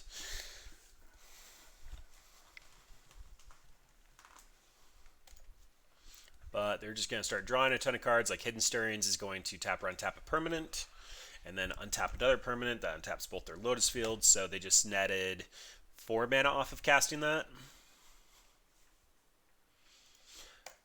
Assuming that they have any more of these effects, they're just going to be able to, like, they can cast Dig Through Time, hard cast fairly easily, but Cycling Vizier is going to draw a card and untap a Lotus Field. It's going to net 1 mana.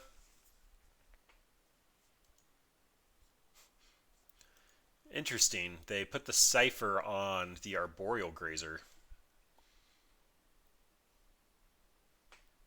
That has to deal combat damage to a player. I don't think they have a way to grow that.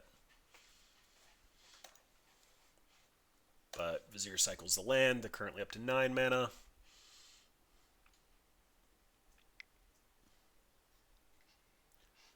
I don't think opponent knows how to kill us yet. It's not deterministic, so I'm not going to scoop quite yet. If we find a land off the top and cast this Coco, odds are we'll still win this game, but they have to deterministically kill us here. I believe their original go-to win condition is Niv Mizzet. I mean, as long as our opponent's taking forever, we can take a look at the deck.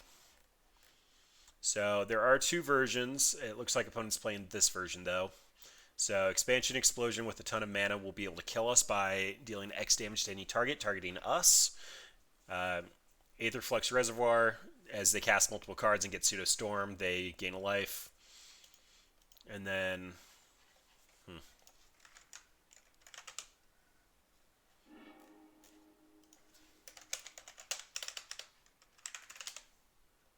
Really? This dude. Whenever you draw a card, it deals 1 damage to any target. Opponent wasn't waiting for me. You lied, Moto. So they're just going to draw multiple cards with, like, Pour Over the Pages and eventually ping us for 1. There is a version out there that's running Ugin as the win condition, but for the most part, this looks pretty stock. Pour Over the Pages is untap 2 lands, discard a card. Sylvan Scrying goes and tutors their lands. Strategic Planning fills the yard for the Dig Through Time. Hidden Stirrings untaps their lands. Growth Spiral just helps ramp them up. And then Double Cast will make it so that they only have to cast Expansion Explosion for 10. Okay, they're casting Granted, but only have 2 cards left in hand. I think we are deterministically dead at this point because they get to go get whatever they need, and then they can discard the other 2 cards for...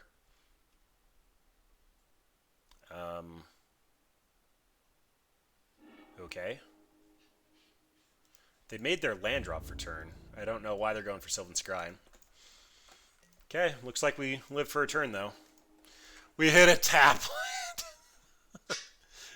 Oh, wait, no we didn't. Sorry, was away from the game for just a little bit too long. Okay. Stacks pieces? Not stacks pieces. I don't believe it's worth trying to play it out at this point. Opponent's going to have the active Fave Wishes, so they'll be able to go grab their win condition. They have most of their mana. Although, they actually tried to go for it and weren't able to. So, I don't know. We'll try this. We haven't shown them stacks pieces yet, so they don't have any reason to bring in removal. We'll just go tutor a forest. We'll be able to get a clue next turn.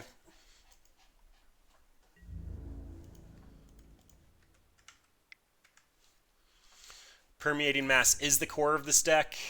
We are going to try to transform everything. Really surprised they didn't block with the Permeating Mass. This would give it power, which means both their Hidden Stirring Ciphers would trigger if they attack in, and we probably wouldn't want to block with any of our creatures. Alright, I guess we'll F6 and see if opponent can figure it out. Oh, there's Ugin. Yep, Ugin will do it.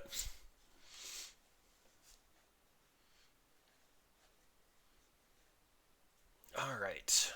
Stacks pieces this time. Yeah, I think we just run it back and try to stacks. So our game plan here was board out most of the core of our deck and put in Spirit of the Labyrinth and Eidolon of Rhetoric. which means that they won't be able to draw cards or cast multiple spells a turn. Jeez. I don't think a fast questing beast is going to do it. Let's mulligan and actually look for stacks pieces. Okay, might be Vivian for stacks pieces then. Don't want to go much slower than this. We've tried in the past and it hasn't ended up very well. I need the Temple Garden to have green untapped on 1, so I guess that just means plains. We have 5 hate pieces in our deck. We should be able to find something here. Opponent kept 7.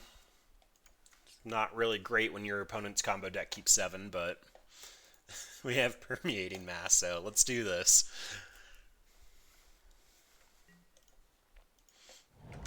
Temple Garden and the Goose. That means Vivian next turn, hopefully find stacks pieces, and the Flash will make it so that we can cast our stacks pieces in response to their spells. Really hoping that's going to be good enough. Alright, and Grazer into Temple is a really good start for our opponent here. Archetype of Courage would be good if we actually cared about having first strike at the moment, which we don't. Here's a Vivian. Vivian goes digging. I guess it's Tireless Tracker. The Goose isn't really going to do anything for us. And we can't cast the Rest in Peace. So next turn, Tireless Tracker, unless we rip a stacks piece. Sylvan Scrying to go get the Lotus Field. They'll play the Lotus Field for turn. Yep.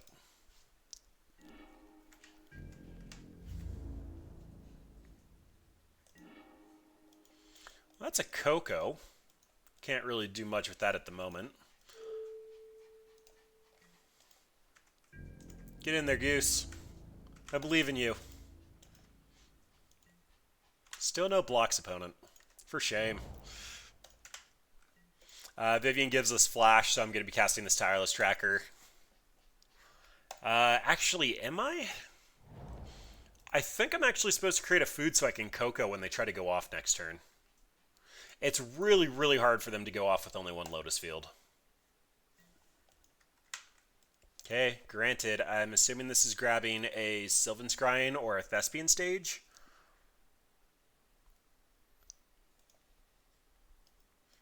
Yeah, I think Coco for stacks pieces is actually the correct line here. Could be wrong about that. Tireless Tracker would give us clues and let us actually start pressuring our opponent, but Spirit of Labyrinth and Eidolon of Rhetoric both will do that pretty well. Yeah. Alright, well, we found the land. I'm going to shock this into play just so I can put Permeating Mass into play, but we're going to Coco in response to whatever they do. Let's turn off auto yields because I was supposed to activate Vivian as well. Wow. Alright, well, let's get the fast land out of our deck.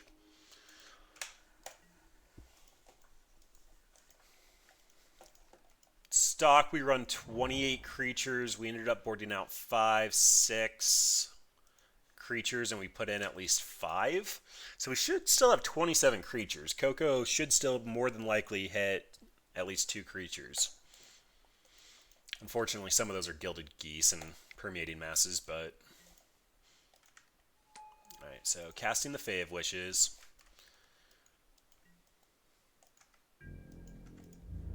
Okay, nothing from opponent?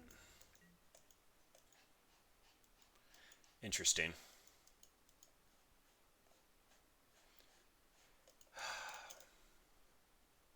I really, really want to hit a stacks piece off of a Coco in response to a pour over the pages, so I think I'm supposed to just Tireless Tracker now. I know this means that I missed a clue, but opponent didn't try to go for it here. So I think I'm supposed to start applying pressure. Kythian. Alright, well, Kythian should be able to flip.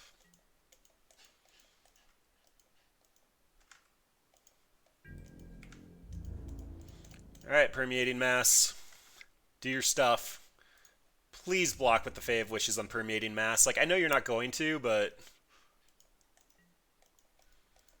Yeah, I won't hit anything valuable off the Coco yet. Arboreal Grazer's going to turn into the 1-3. And we're just looking for stacks. So looking for Eidolon of Rhetoric and Spirit of the Labyrinth. I would assume opponent has another Lotus Field or a Thespian stage now. They've already used Fae of Wishes. Vizier of Tumbling Sands. Alright, well I'm not going to stifle a draw 1. Assuming I hit Spirit. They also haven't cast a spell yet, so that's actually activating an ability. So the Eidolon wouldn't do anything yet.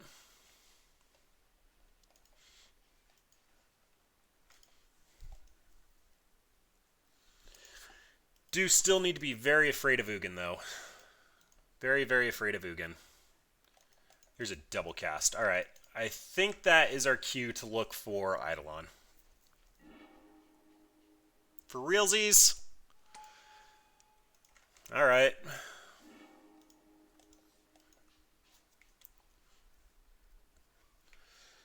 Double cast with 4 mana available could be any number of things.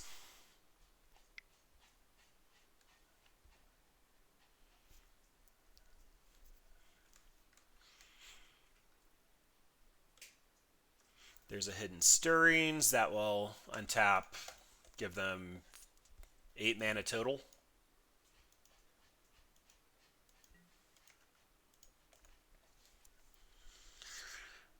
Sadness. Well, gonna run out Kythian at end step, assuming we survive. It is possible for them to kill us from here. Especially with the Fae of Wishes. If they have 2 garbage cards in hand, they can just pick up Fae of Wishes and use 6 mana to go grab something decent. This could also be a really convoluted way to just get another Lotus Field for turn.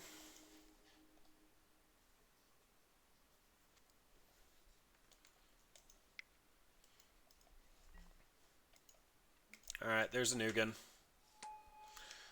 So they can clear the board. They'll have to -3. I can run out Kythian post-exile. Doesn't do a whole lot, but it at least gives us a start. Ripping a Coco off the top is going to be fine. Oh, wait, lose flash because Vivian's gone.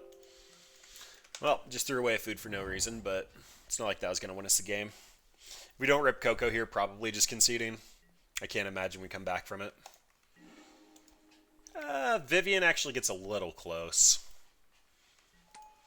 So let's go ahead and minus. We're looking for stacks still. Ooh, Questing Beast actually is very close to being able to kill this Ugin. Actually, if they only +2, Kythian plus Questing Beast will kill Ugin.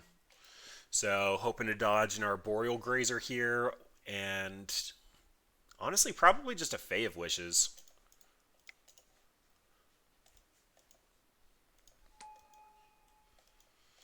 Bye, Vivian. You actually kind of brought us back into this, so proud of you.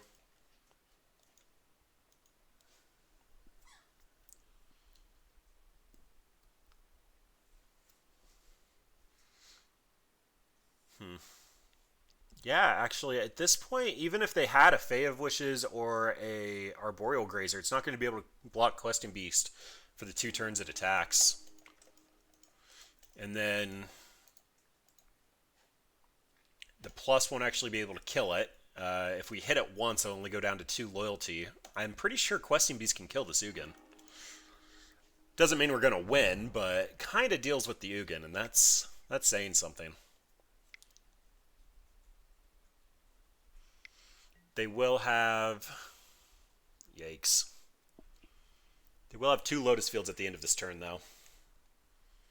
But if this was their only win condition, we might still have a shot at coming back from this. They did exile their Fae of Wishes, though. Didn't pick it back up first, which means we don't have to worry about that in hand. They're going to do plenty of filtering, though. For a deck built around this Permeating Mass, though, like, we're putting up a heck of a fight.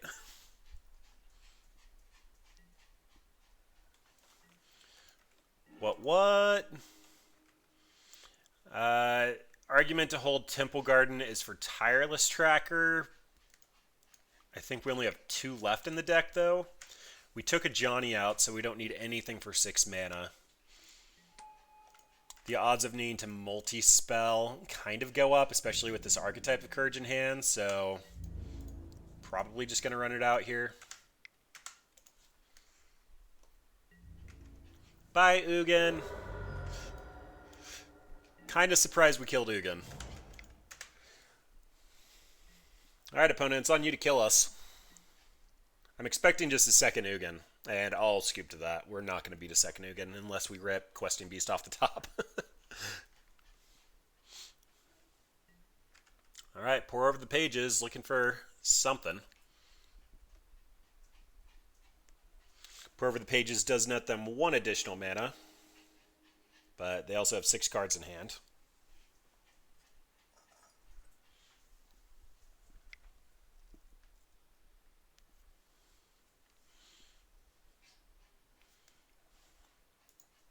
Alright, that's a lot of mana. What you doing with it? I assume they're untapping again. Doesn't look like they're delving.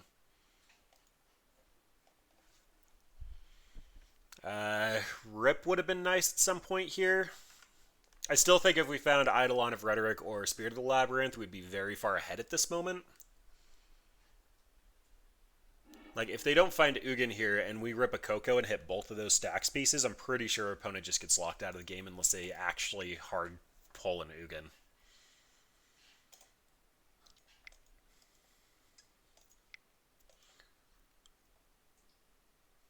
Alright, 14 mana. This is probably... Never mind, I was going to say the blue finale. Granted, can go get them another threat. Omniscience. Alright, dig through time. Probably dead. Show me a threat. I'm ready. Here's a double cast, probably into another dig through time. So, pretty deterministically dead, but it shouldn't take that long to click on a threat or not a threat, so let's see if they can find it.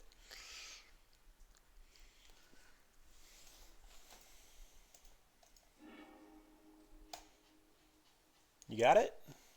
Granted. Okay. They found Jace, Wielder of Mystery, so they're going to try to deck themselves.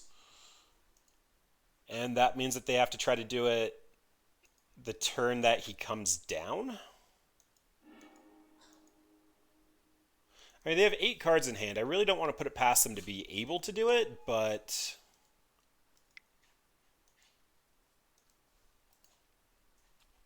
I'm so confused. Okay, they're Grant. If their best card to get before was Jace, I can't imagine they're getting something valuable there. Okay, there's the Enter the Infinite, and they got it.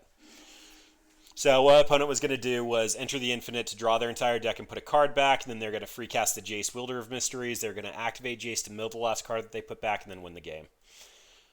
All right, we'll do one more with Permeating Mass just because it is actually a fun concept. We do move to 1-3, though. I mean, it's a deck built around Permeating Mass, totally expecting to go 0-5, let alone 1-4. We did steal a win versus Blue, Red, and Soul Artifact. We've got a couple of new viewers, so I'll go ahead and just quickly hit the highlights while we're looking for our next match. Permeating Mass, when it deals damage to a creature, turns it into a Permeating Mass. That works against Indestructible and the like, so Permeating Mass is just a fun removal spell. We're going to try to clog up the board with a ton of them. We use Archetype of Courage to make sure that we get the trigger before the opponent's creature hits us, so we should always win in combat because we'll hit them for 1, turn them into a 1-3, and then we'll survive. Goblin Diplomats has amazing card art, so we're running it. Look at my butt, opponent, and it's going to force our opponent to swing in with creatures that they really don't want to swing in with, so that we can hopefully turn them into Permeating Masses. To find those 3 core cards, we're running multiple copies of Collected Company and Vivian. And then after everything is a 1-3, Questing Beast will be able to swing in over our opponent's creatures and be able to just kill them with Questing Beast. Past that, we have Selfless Spirit to make sure our Permeating Mass survives, assuming we don't have an archetype of Courage. And then we have a couple of fun ofs of the deck, two of which being Ovaya, because she can create an XX colorless artifact construct as an alternate win condition, as well as multiple chump blockers. And then Dowsing Dagger, primarily because I just wanted to play with it. It gives our opponent 2/0/2 creatures that will hopefully turn into Permeating Masses, and then when it flips, it turns into 3 mana of any color. We also have a Johnny Unyielding in the list. We have just a couple of other things, but the idea is we want the entire board to be Permeating Masses. This hand would be lovely if we had green mana, but because we don't, we're going to have to ship it back. Like, this hand is gorgeous if we had green mana. So let's go ahead and ship back. We have green mana. Ugh. It's not a great hand, though. But we're already at 6, which means we're probably going to be tucking the Questing Beast here. Yeah, not a great hand, but janky deck, janky hand. Hopefully we find white untapped so we can run out this Kythian. Oh, and it's zombies. It's not even mono black, it's just zombies. Alright, well, Kythian seems like a pretty good start here. Kythian's backside will actually force our opponents to attack Gideon Battleforged, which is part of the reason he's in there. He's kind of an alternate Goblin Diplomats, just for a single creature. As well as being just like a pretty decent indestructible blocker. If we make him indestructible and he gets hit by one of our opponent's Permeating Masses, then he'll still survive.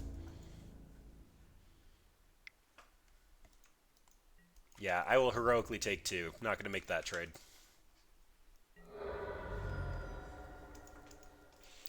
Opponent being on the play is probably going to be pretty good. Sorry, he's going to be pretty relevant. Yikes, the fact that these are X1s is so bad. We need a Permeating Mass off the top, please and thank you.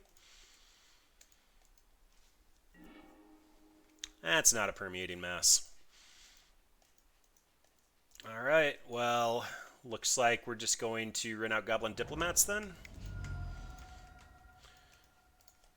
Zombies are going to be a problem long term. But, like, if we could get to the point where we're making 1/3s, like, we would be absolutely wrecking our opponent's board here. None of these creatures can attack in through a Permeating Mass. No, Kythian, you stay back. I want you to do things. Vivian's in here because her minus will help us find a Permeating Mass, and her plus also gives it reach so that we don't have to worry about flyers. Opponent looks mono black, so I don't think I have to be overly concerned with the fact that they can have the blue-black one that gives zombie armies, or zombie tokens, flying. Yeah, that Thoughtseize is pretty brutal. I actually think that they probably take Collected Company here. Vivian is a threat that they can kill versus Collected Company is just 2 potential blockers that they can't deal with unless they have instant speed removal. Alright, what you gonna do?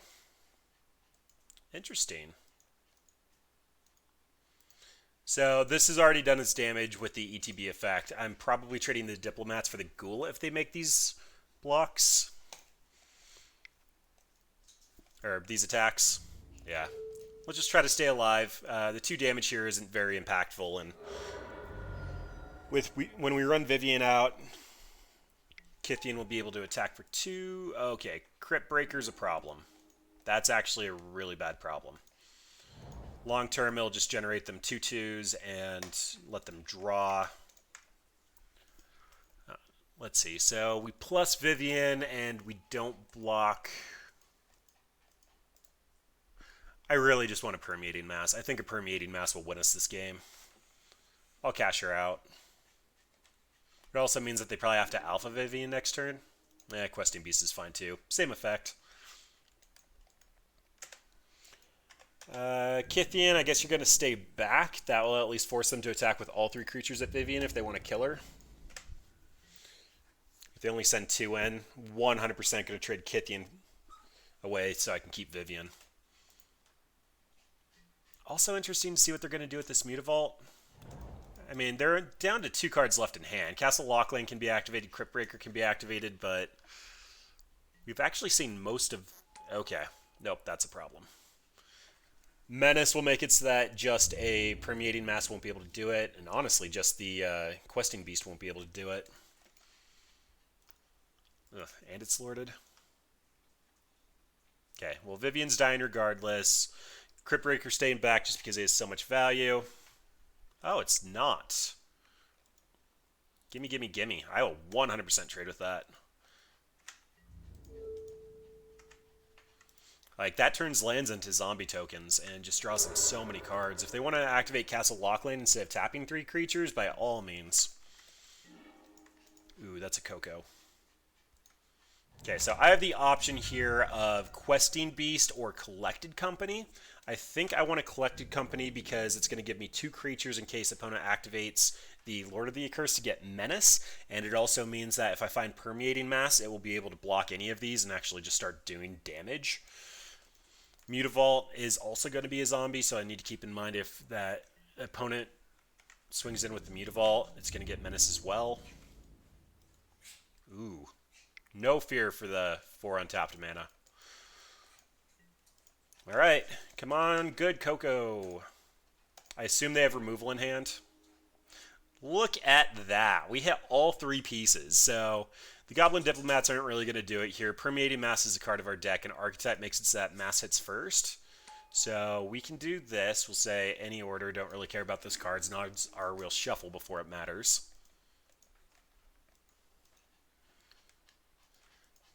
Then if opponent has removal, they have 2 very interesting decisions to make. It is very possible I could block Archetype of Courage on the Lazotep Reaver because the first strike here will make this so that the zombies are no longer lorded, and then this will be a 1-2. But if they have removal for the Permeating Mass, I didn't really want to have to deal with the fact that Archetype could die there. So instead we'll just take 1 and clear their board. Oh, that's so delicious. Permeating Mass, you are a fun card. You're not overly competitive, but you are so much fun. Alright, then are you activating Castle Lockland? Nope, Diregraph. So Diregraph is going to be a problem. It's going to create a lot of zombie tokens, and it's also going to be massive. If Permeating Mass turns this into a Permeating Mass, it'll be a 1-3 with all the counters on it. That being said, Questing Beast having Death Touch is probably the most relevant thing I can do here, so let's do that. Questing Beast can only get blocked by the Diregraph Colossus. The Diregraph Colossus will die to First Strike Death Touch. Archetype of Courage has actually been amazing. It did really well for me in Standard and Budget decks, and it is just... First Strike is a very powerful effect.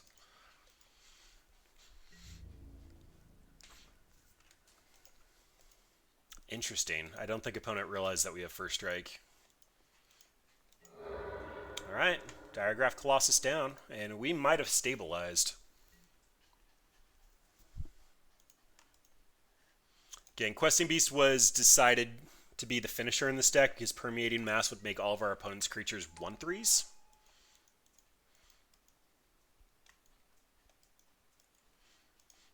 So Questing Beast can't be blocked by any of the Permeating Masses.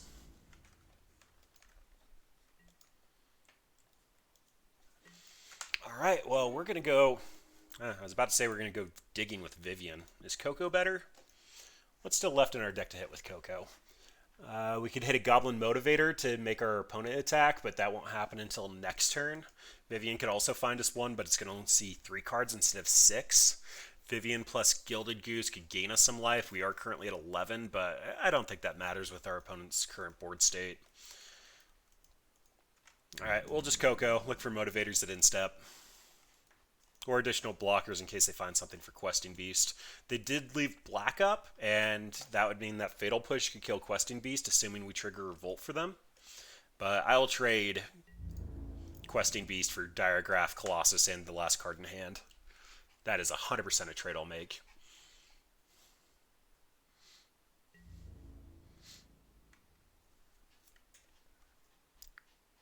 Okay, I guess we'll see if they have the Fatal Push this time around.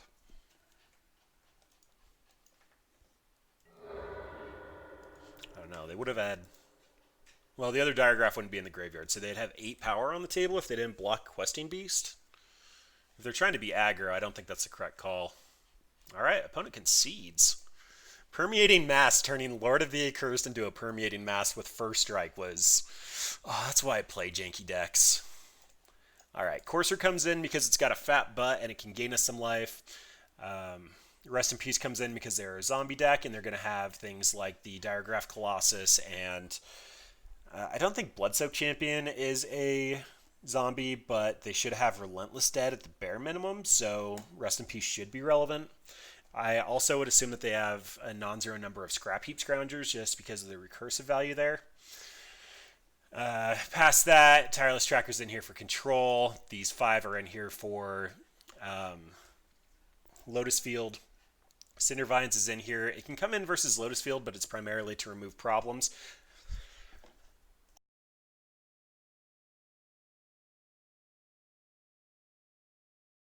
Excuse me, I had to cough.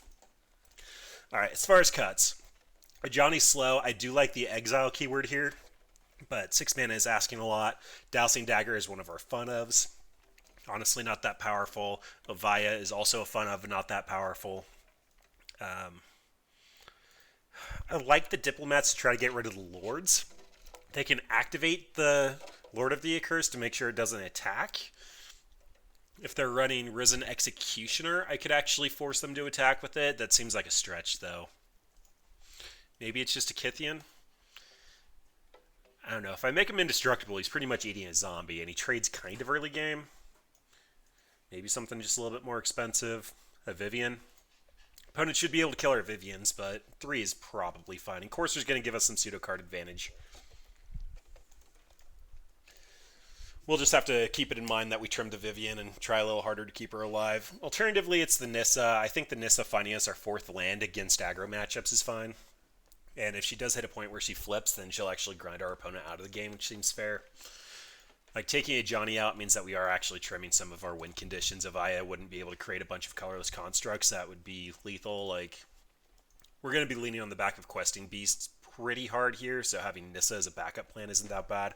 I also wouldn't put it past our opponent to have Lost Legacy somewhere in their 75, and hitting our Questing Beast means we'd probably be doing super janky beatdowns, like super janky beatdowns. Alright, well, opponent's trying to figure out really hard how to sideboard versus the Permeating Mass deck. I honestly think the hint is just a bunch of Fatal Pushes, but we'll see what we can do there. Aether Sphere Harvester is also a consideration. It's a 3/5 and can gain life, but I don't think there's anything I actually want to trim for it. It would probably be Rest in Peace versus the Aether Sphere Harvester, and I think shutting down the graveyard is going to give me more value long term.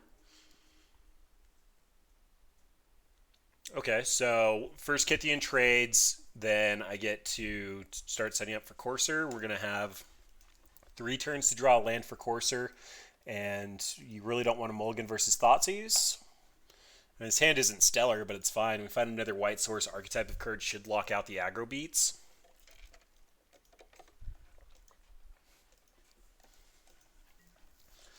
I'd like to have a Permeating Mass, but I'm not going to mulligan for it, especially on the draw. Although, that's a slow start.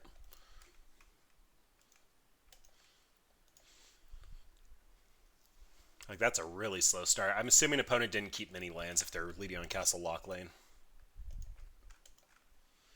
Alright. Show me Temple Garden. Another land's not bad. That just means that we'll be able to cast our Courser on time. There's Kythian number 1.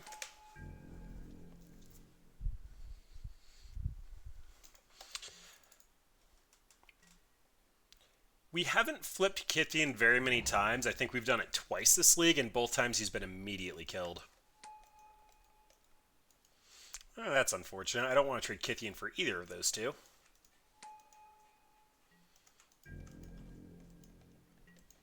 The second one's not really doing anything, though. We'll give it a turn. Actually, let's attack. They can trade the card of their choice for Kythian. Okay, that's fine too. I was going to be taking the 2 damage, so he wasn't going to be blocking. I was trying to make the most efficient use out of my mana since we're probably not going to be able to run him out for a little while, but I suppose that's fine. Ugh, yikes. Kind of wish I had targeted removal somewhere in this list, but you have to make some concessions. If we hit white, would I rather Archetype of Courage? Archetype of Courage would make it so that I can block. Okay, doesn't matter. I guess that means it's just Courser. They will still have to activate. Oh, look at you. We found Permeating Mass. That means we can Permeating Mass and Archetype next turn. Opponent's only got 3 cards left in hand. They're not actually the mono black list, so they might not have as much removal. Like, you really got to give your creatures menace, opponent. Otherwise, I'm just going to be able to eat things.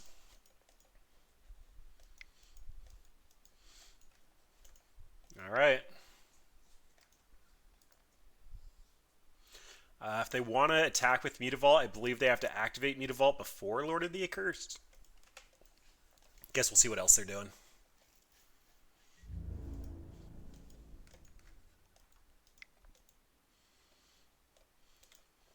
Okay, I am actually afraid of more mass. These 1/1 tokens don't translate very well with the Permeating Mass, so I think I'm going to block this.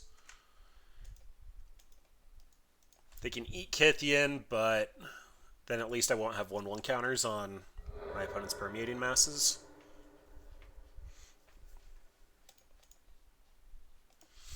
Alright, I have hopes and dreams for you, Mass. Alright, and they have a Ghoul. Okay, no free land, that's fine. We are good, and we rip 2 lands by turn 4. Oh, wait, that means I can't run Archetype out because I don't have the additional white mana. Oh, that's sad. I actually probably should have led on Nissa, gotten Tutor to Force, and shuffled my deck. Alright, well, not trying to correct that mistake. Permeating Mass is still the correct call here. Questing Beast also would have been acceptable, but I think I would just want a Kythian. Then I can throw Kythian and the Permeating Mass in front of whatever opponent attacks with, and or probably Courser. Courser would survive. We're going to be taxing our opponent's mana for the rest of the game while they try to activate all this. Yeah, that was definitely a miss. I should have tried to lead on Nissa, and then I could have at least made the Force for turn to run out the Permeating Mass with Nissa, but I could have tried to find a white source off the top of my deck.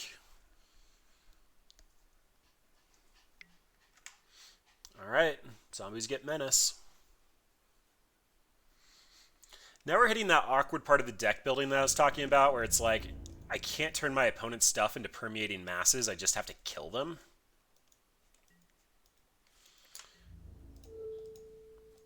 Well, I block like this, they shouldn't be able to kill anything. I'll take 3, and then if I don't find a white source, probably just going to run out Questing Beast because he's just so much of a higher value target. Yep. Lazatep Reaver dies instead of getting turned into a Permeating Mass. That's never the goal, but you're going to force me to double block. That's how it's going to go down. Alright, and there's a Diregraph Colossus. So really want that white source. There it is. And there's the Diplomats, but we don't have red. Alright, well, that means Archetype of Courage, and then we'll Gilded Goose so we have red for the Diplomats next turn.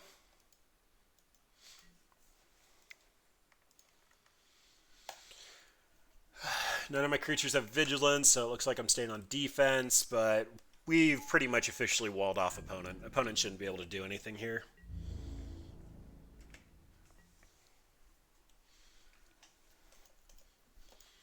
They have to answer this Archetype of Courage if they want to do anything. Otherwise, when Archetype makes contact, or sorry, when Permeating Mass makes contact with First Strike. Yeah, I guess to be fair, they could go wide enough. But every time I block, one of their zombies is going to get turned into a spirit, so Lord of the Accursed is just going to lose value over time. Every time that they activate this, they're not activating Castle Locklane, so they're not drawing cards.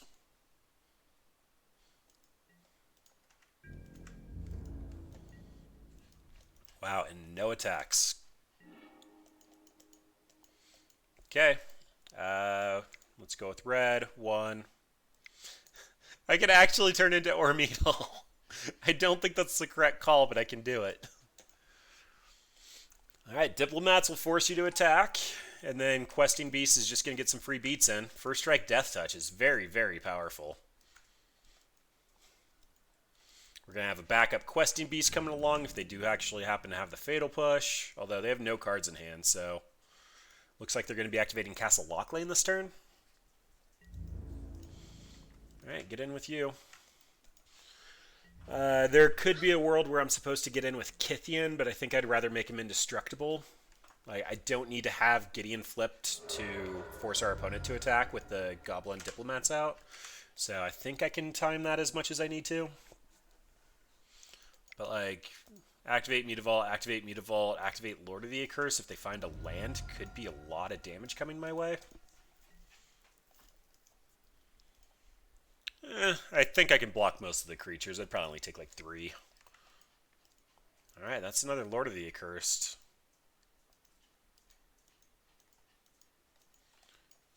Yeah, I mean, that's going to turn into a problem before too long.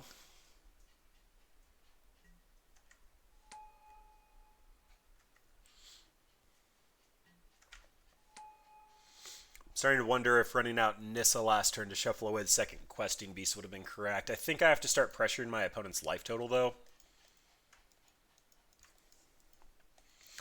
I could always just flip into Ormeal and just 9 them. Like, they have to have some number of blockers. Like, I can alpha and then flip into Ormeal and have a blocker.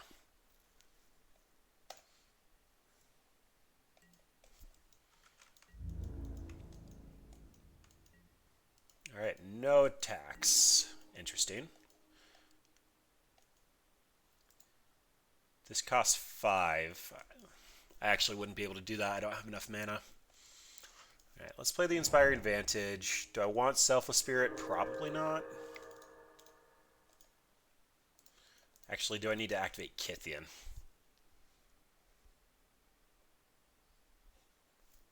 So I attack in with Goose, Questing Beast, Kithian. Kithian, I can untap the Goose and make it indestructible. That'd still leave me with the same number of blockers. I could force the creatures to attack next turn. I could send at least 1 to Gideon.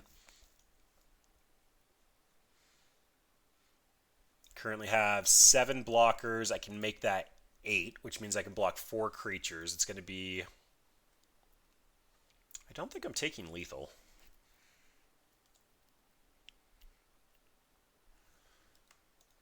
If I attack with Gideon and I have to make him indestructible, that means I can't cast Nissa, but I'd still have 6 blockers and 1 creature going towards Gideon.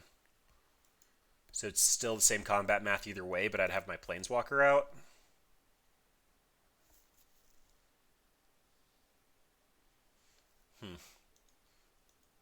The old saying is math is for blockers, but I'm taking a look at this, like, I really want to run out Nissa, because if I draw the Forest, it means I'm not drawing the Selfless Spirit, which doesn't matter. It also means I can probably flip her next turn, assuming I survive. But if opponent's going to be attacking in with 6 creatures, I can block 3 of them. Yeah, I won't die, so I think the correct call is just run out Nissa.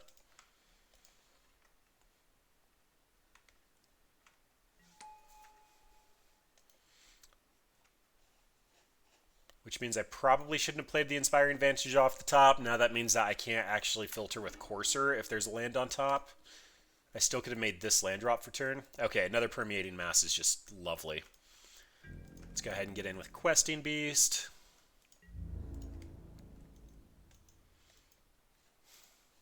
Yeah, I don't think it's worth it. If opponent wants to block, we'll first strike down Death Touch.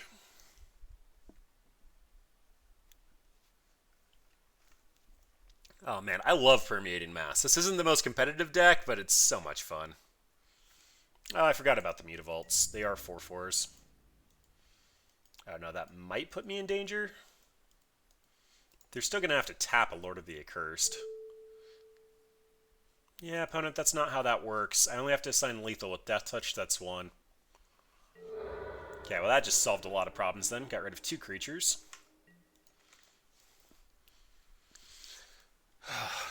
Sorry about that, chat. I'm sure that wasn't very entertaining to watch. I was trying to figure out combat math with Menace with like a creature tapping down and so many lords, and this should be fine at this point. I think because they blocked with 2 creatures, there's not much they can do about it.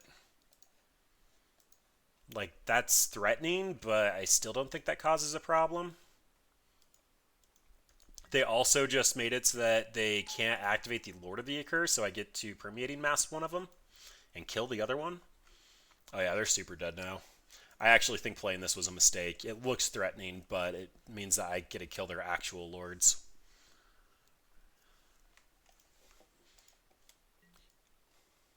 Alright, begin combat. Each creature attacks this turn if able. Now you don't even have Menace.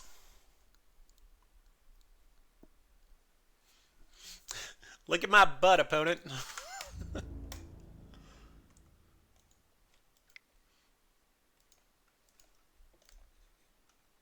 Alright.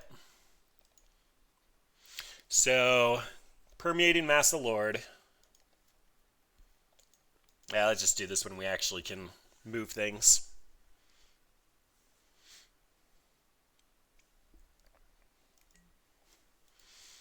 Alright. Permeating Mass the Lord, that's going to give everything -1/-1. Death Touch a Lord, that's going to give everything -1/-1. We can throw the goose in front of the biggest thing. These are going to go back down to 3 3s, which means I'm going to have to throw 3 things in front of it. No, that means I should be doing this. It's going to get -2/-2, making that a 4/4. We can throw goose in front of one of the 5/5s, and then what's worth more to me? The Courser or the Nissa? Actually, we'll just take 5 and kill everything else. First Strike is so busted.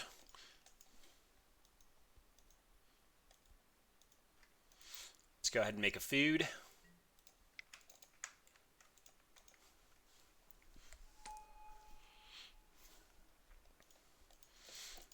So this is going to look really weird if you don't understand the mechanics. What's going to happen is First Strike is going to kill these 2. Well, First Strike puts damage on these.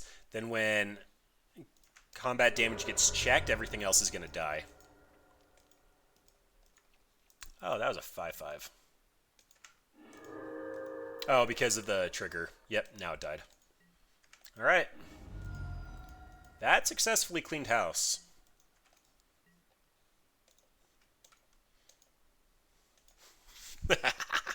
Look at my butt. Oh, Goblin Diplomats. You did so much better than I think anybody expected you to. Yep. Then we're going to flip Nissa.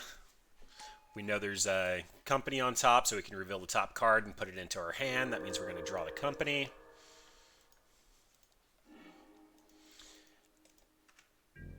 Alright, then Questing Beast gets in. I think that's the only thing that wants to get in. I could have flipped Gideon here. I don't think that's correct, though. The jank. There's so much jank here. Second Permeating Mass with First Strike just means you're kind of screwed, opponent. I think we've officially hit garbage time. The Goblin Motivators basically doing the best Monty Python impression they could possibly do. I think just locked our opponent out of this a little too hard. Like, that's an 8/8, but I have Questing Beast. Like, you can go wide, but given enough time, I'm just going to kill everything. You're going to move into combat. Goblin Diplomat's going to send you back my way.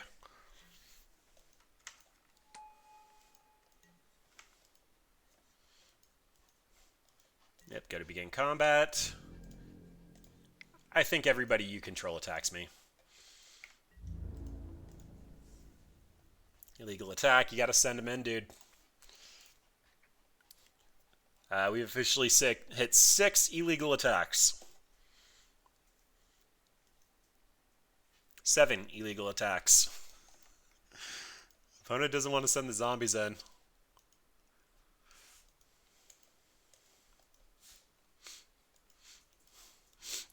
And this is where the fun starts, because I can just get to turn these into permeating masses. I don't even need to kill them. You're a mass, you're a mass, you're dead. And why not? You're dead.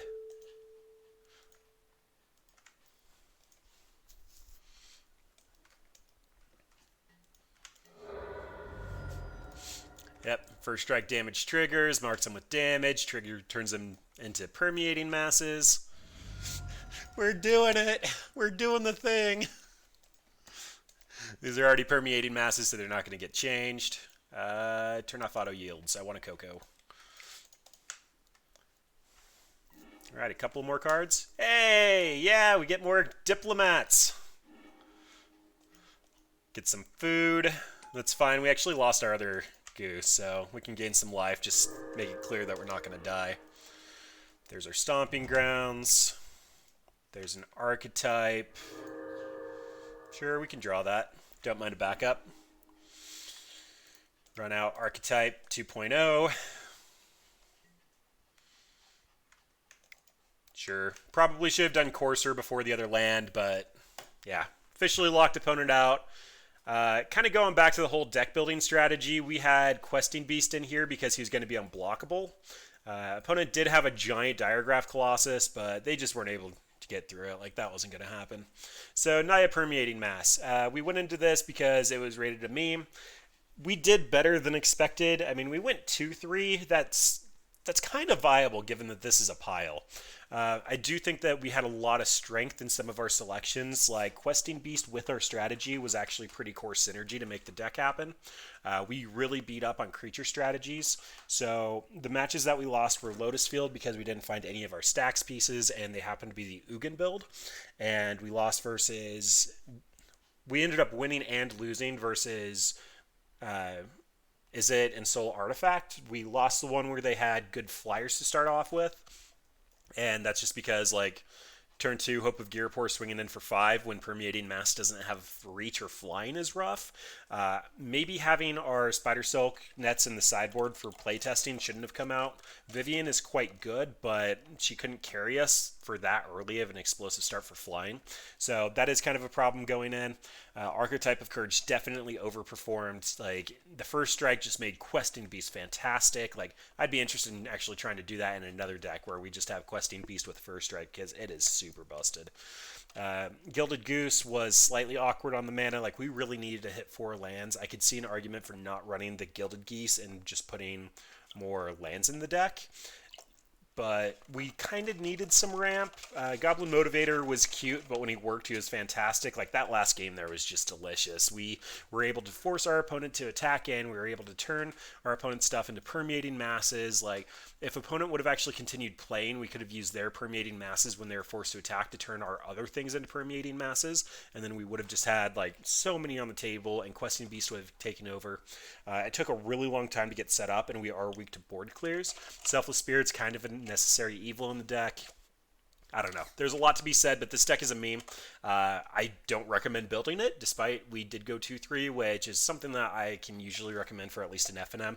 We played pretty much all tier decks except for zombies there at the end, and we put up a fight in most of the matches except for Lotus Field. But yeah, it was supposed to be fun, built around Permeating Mass because it's a really unique card, and it's one I wanted to play with. But thanks for sticking around, guys. Deck was a ton of fun.